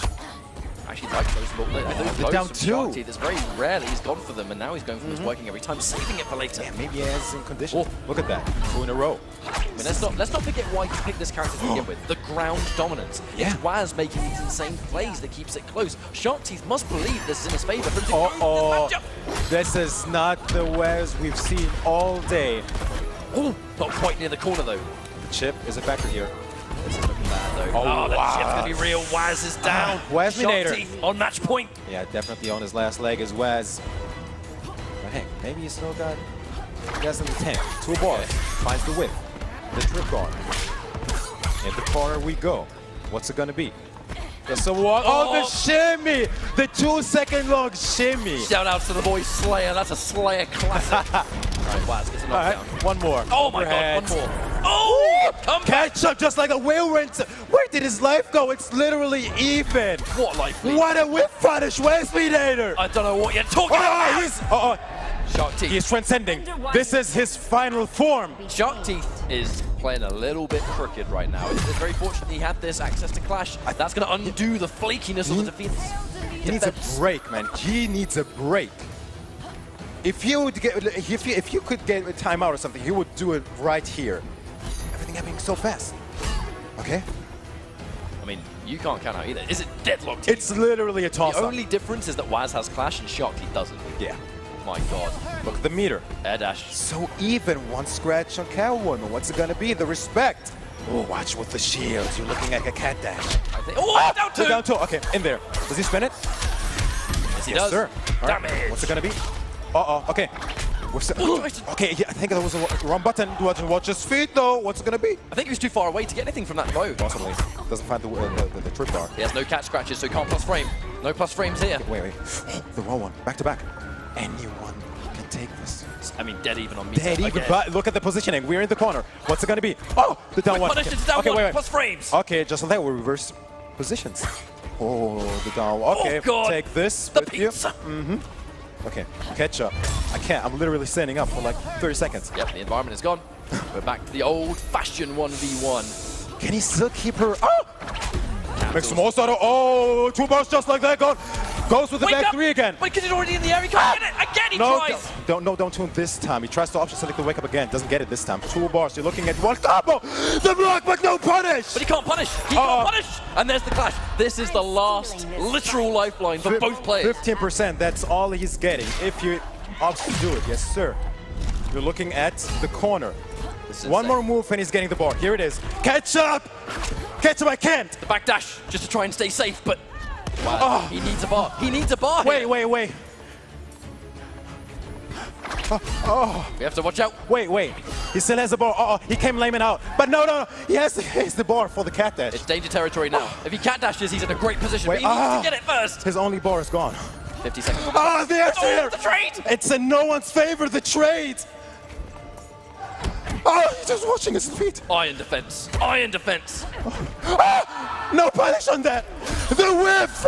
That's And it. there's gonna be game. Shark It's Teeth. gonna be Shark Teeth from the Middle East meeting his teammate. That was a ridiculous series. Wazminator is eliminated from the tournament. Shark Teeth taking it over Waz, and oh my days. Wait, we gotta give it up to Wazminator. What was that run, Wazminator, man? That was those games. What we saw there was a perfect example of how you can play super slow and calculated, but at the end of the day, those scrambles at the last minute, it was Waz was just looking for that one opportunity to land a cat dash into great positioning, and just the general neutral at the end. It was the way Shark Teeth took pretty big risks, if I'm honest. But he was confident in those decisions. But the comebacks alone that Waz was able to make time after time after time in that one series, It's a combination of how Waz can make those ridiculous comebacks, but how Shark Teeth can stay mentally composed so that those comebacks do not phase him is a ridiculous display. I mean, what type of pressure do you have to feel at that position? You have the life lead, everything is going according to plan. All of a sudden, your life just depletes, and you stay confident in a clutch situation like that. I mean, how many people would crumble and fold like a bed chair? I mean, there's a few things to take away from this match. First of all, the two territories that were alive in the tournament, the highest, was Middle East and Australia. They were the two communities that were saying that they needed the opportunity. Wow. They were the two communities that were saying that they needed the opportunity to play and show everyone what they could do. They were granted it, and here we go. Those two scenes are at the top of the food chain in this tournament. What kind of storyline is that? Waz did Australia proud. There's no two ways about it. But it's going to be Bahrain versus Saudi Arabia. It's going to be Middle East only in the grand finals of the Injustice 2 Intercontinental Championship. Teammates, blood brothers, it's NASA Esports team kill here. Only one of these players is making it to the Injustice Pro Series finals. We got to talk about this. I mean, the winner of this is getting a guaranteed flight to Chicago. Is getting guaranteed $750 because even the last place in the finals will be getting some cash. The winner of this is getting a shot for playing for $100,000. What does the loser of that get? Remind me real quick, Ketchup. What does the loser of this get? Big fat nothing is my answer to that, but it's going to be grand finals, the Injustice 2 Intercontinental Championship. Tekken Master and Shark Teeth. Who is going to go to the IPS finals next month? It's definitely going to be a Nasser player, definitely going to be someone from the Middle East. It's the Middle Easterns. Now this is an interesting matchup, Wonder Woman versus Batman. These guys play together so many times, it's impossible to tell who was going to pick who. Yeah. Especially like time and time again when people like teammates or friends play a lot, you see some questionable things, questionable picks, I mean, you have to. Gameplay. You can't play by the book when you're a teammate, and that was sick.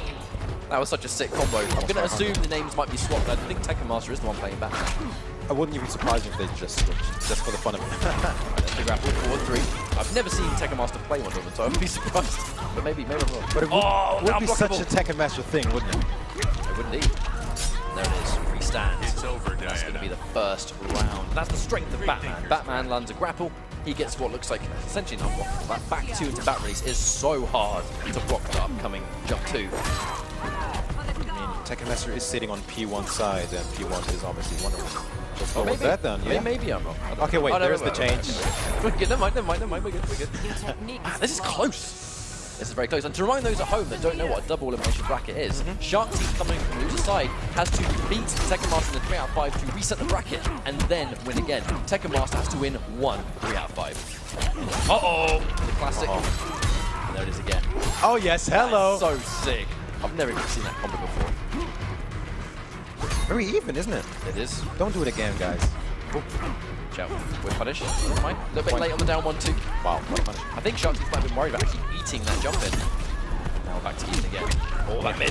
How could you not be afraid of that? I'm actually pretty surprised we didn't see a catch there, to be completely honest, and now he's lost the opportunity to. No plus points for you, maybe yeah. Oh god. All over the place. All over the place. He's gonna get a bit of damage, but Okay, here we go then. I mean, this isn't the good damage, it's just not take chip, I think, at this stage. Here we go then. Ah, not quite. He was looking for something cute. Not quite. I think his fate was sealed the second he didn't clash when he got hit by those mids. Yeah. The second that headbutt connected, he really should have clashed what was coming next. Either way, that's going to be game 1, Tekken Master. So looking very comfortable. So big an IPS qualifier.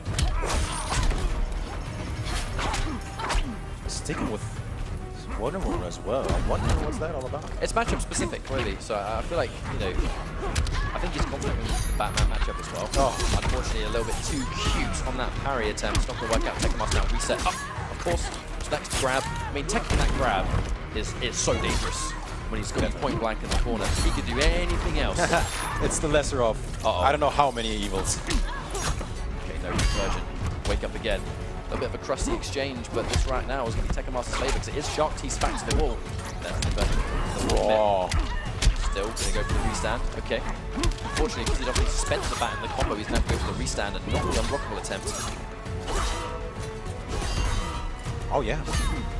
I don't think he was quite prepared for it to connect, so he doesn't go in for another shield toss. Instead, tries to get some pressure, escape the corner, but unfortunately, bullied right back in there. Wow. Challenges the plus frame to pays the price. Pressure there. The stagger as well with that one.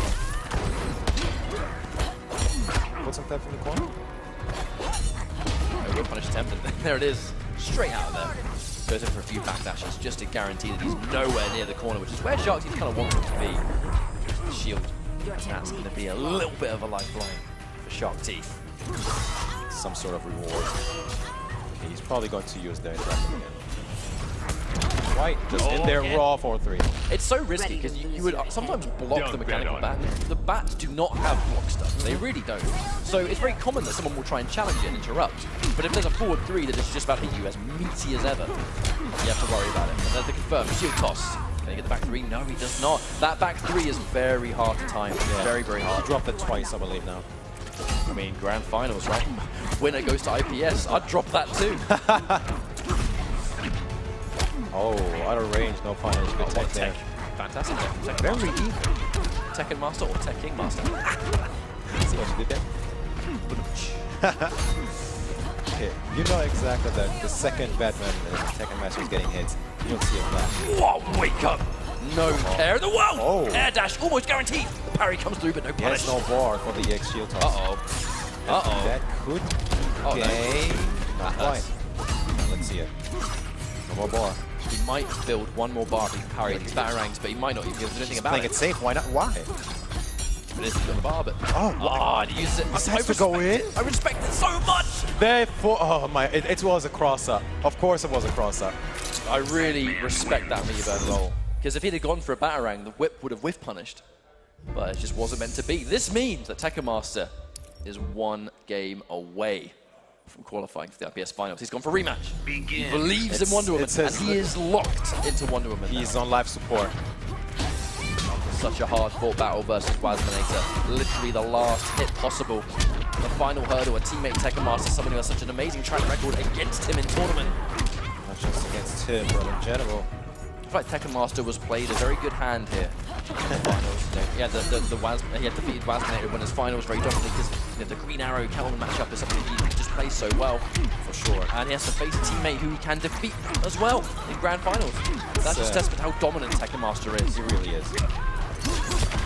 And it's just going from bad to worse for poor old Shark Teeth, unable to really make anything happen. It's hit by the interactable, but whiffs, wastes bar. Yeah, wise to it.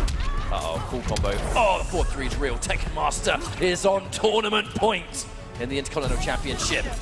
One life bar away from keeping the ever-so-sweet IPS alive. He wanted this so bad. He had no choice. Unfortunately, he had fallen short in previous tournaments, and this was his last opportunity. And he's moments away from seizing that crown. Another whiff 4-3. Anti-air's good. Oh! Shield, but so much more work needs to be done.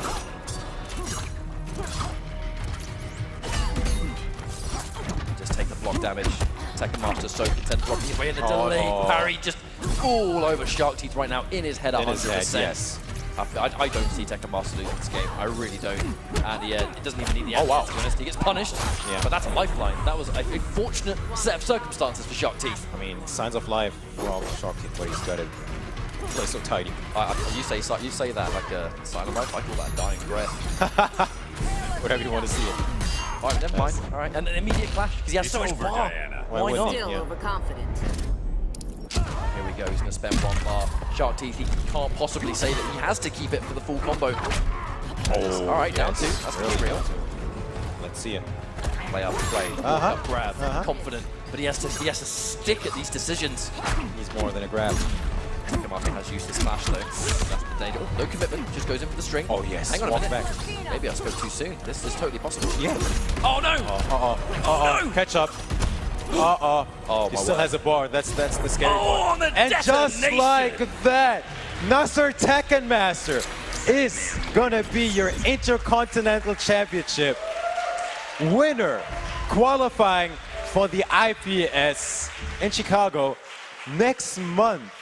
What a story, Ketchup. What a story. The hug's going to be real from the NASA boys. This was an insane result for both of these players. Shark Teeth taking it all the way until the very end. But you can see Tekken Master, he's proud of Bahrain. He's proud of where he comes from. He said earlier he was doing this for his friends, his family, his team. He needed this win so badly. And he has finally achieved it. There's the trophy lift, boys and girls. Champ. Let's go, champ. It's the champ. If there was one time you can say, let's go, champ, this is the time. I had to. Without a shadow of a doubt. Sick. And that is that. Tekken Master will be representing the Intercontinental Championship at the Injustice Pro Series Finals next month. Live on ESPN, live on Disney XD, Chicago, the heart of NetherRealm Studios. What an honor. And there he is. He's going to be there. Finally, that's going to be the 2-time attendance at a World Championship. Tekken Master was top 4 in the World Championship Finals last year. And it's great to see him back in full force after what was a rocky road in the IPS. For sure. I mean, like I said, it was so bittersweet. He missed it by 5 points, man. By 5 points. He traveled. 5 points, man. I think he literally traveled to every single major, all over the planet. And missing it by 5 points, it's got to be heartbreaking. Having the metal fortitude, like trying other possibilities and opportunities and making it here. And, you know, just running through as an opponent. It's just sick. I can see on my little screen down there that behind us we have Mustard and Tekken Master on the stage. I really want to hear what Tekken Master has to say, so take it away, guys. Right, this is it. We had 8 players today to start things off, and our winner, the dust has settled, is none other than Nasser Esports Tekken Master. Before we get into things, give our champion a round of applause, ladies and gentlemen. Now, I feel like there really are some heavy-hitting questions that I think are what the people are going to want to know. You know, I feel like this is such a huge accomplishment for you after a rocky year. I know you had an incredible year one with Injustice 2, and year 2, you haven't been able to quite keep up to your usual standard. How happy are you that now at this final hurdle you've been able to prove to us that we know what you're capable of doing, to finally having completed it? Well, I'm very happy that I have won this tournament because it was my last chance to make it to the IPS finals. And now into the IPS final to face Sonic Fox. Of course, and that really is, you know, the fundamental point. You know, you are now guaranteed in the Injustice Pro Series Finals where only the elite can be there. And you've now shown that you are, of course, as good as they come. Now you know the competition you'll be facing there. You just said yourself, Sonic Fox, you know, that caliber of player. How do you feel about the competition that you know you're going to be facing there in about a month's time? Well, when it comes to Sonic Fox, I haven't faced him since Combo Breaker last year. I'm looking forward to meet him one last time for Injustice 2. All right, I'm happy to hear it. And last but not least, because I want you to have this moment, you brought a super strong selection of characters today. I know it's always been your style to play multiple characters, you know, change accordingly depending on your opponent. Do you feel that the characters you have now, and of course, if you don't want to give away all the secrets, that's absolutely fine. Do you feel the characters you have now are like, that's your team? You know, you feel like you've really blended and got with the curve with the team of characters you have now? Yes, now I'm sticking with my current characters that I have. Like I have around 7 characters that I use them in tournaments. That's quite a lot of characters. But of course, you know, lastly for the night, thank you very much for taking part, and of course, thank you to all of our viewers at home and everyone here in this venue. And of course, shout outs to production behind the scenes, and of course, it's been a pleasure to be a part of this. But this is your moment. Congratulations, and we'll see you in Chicago.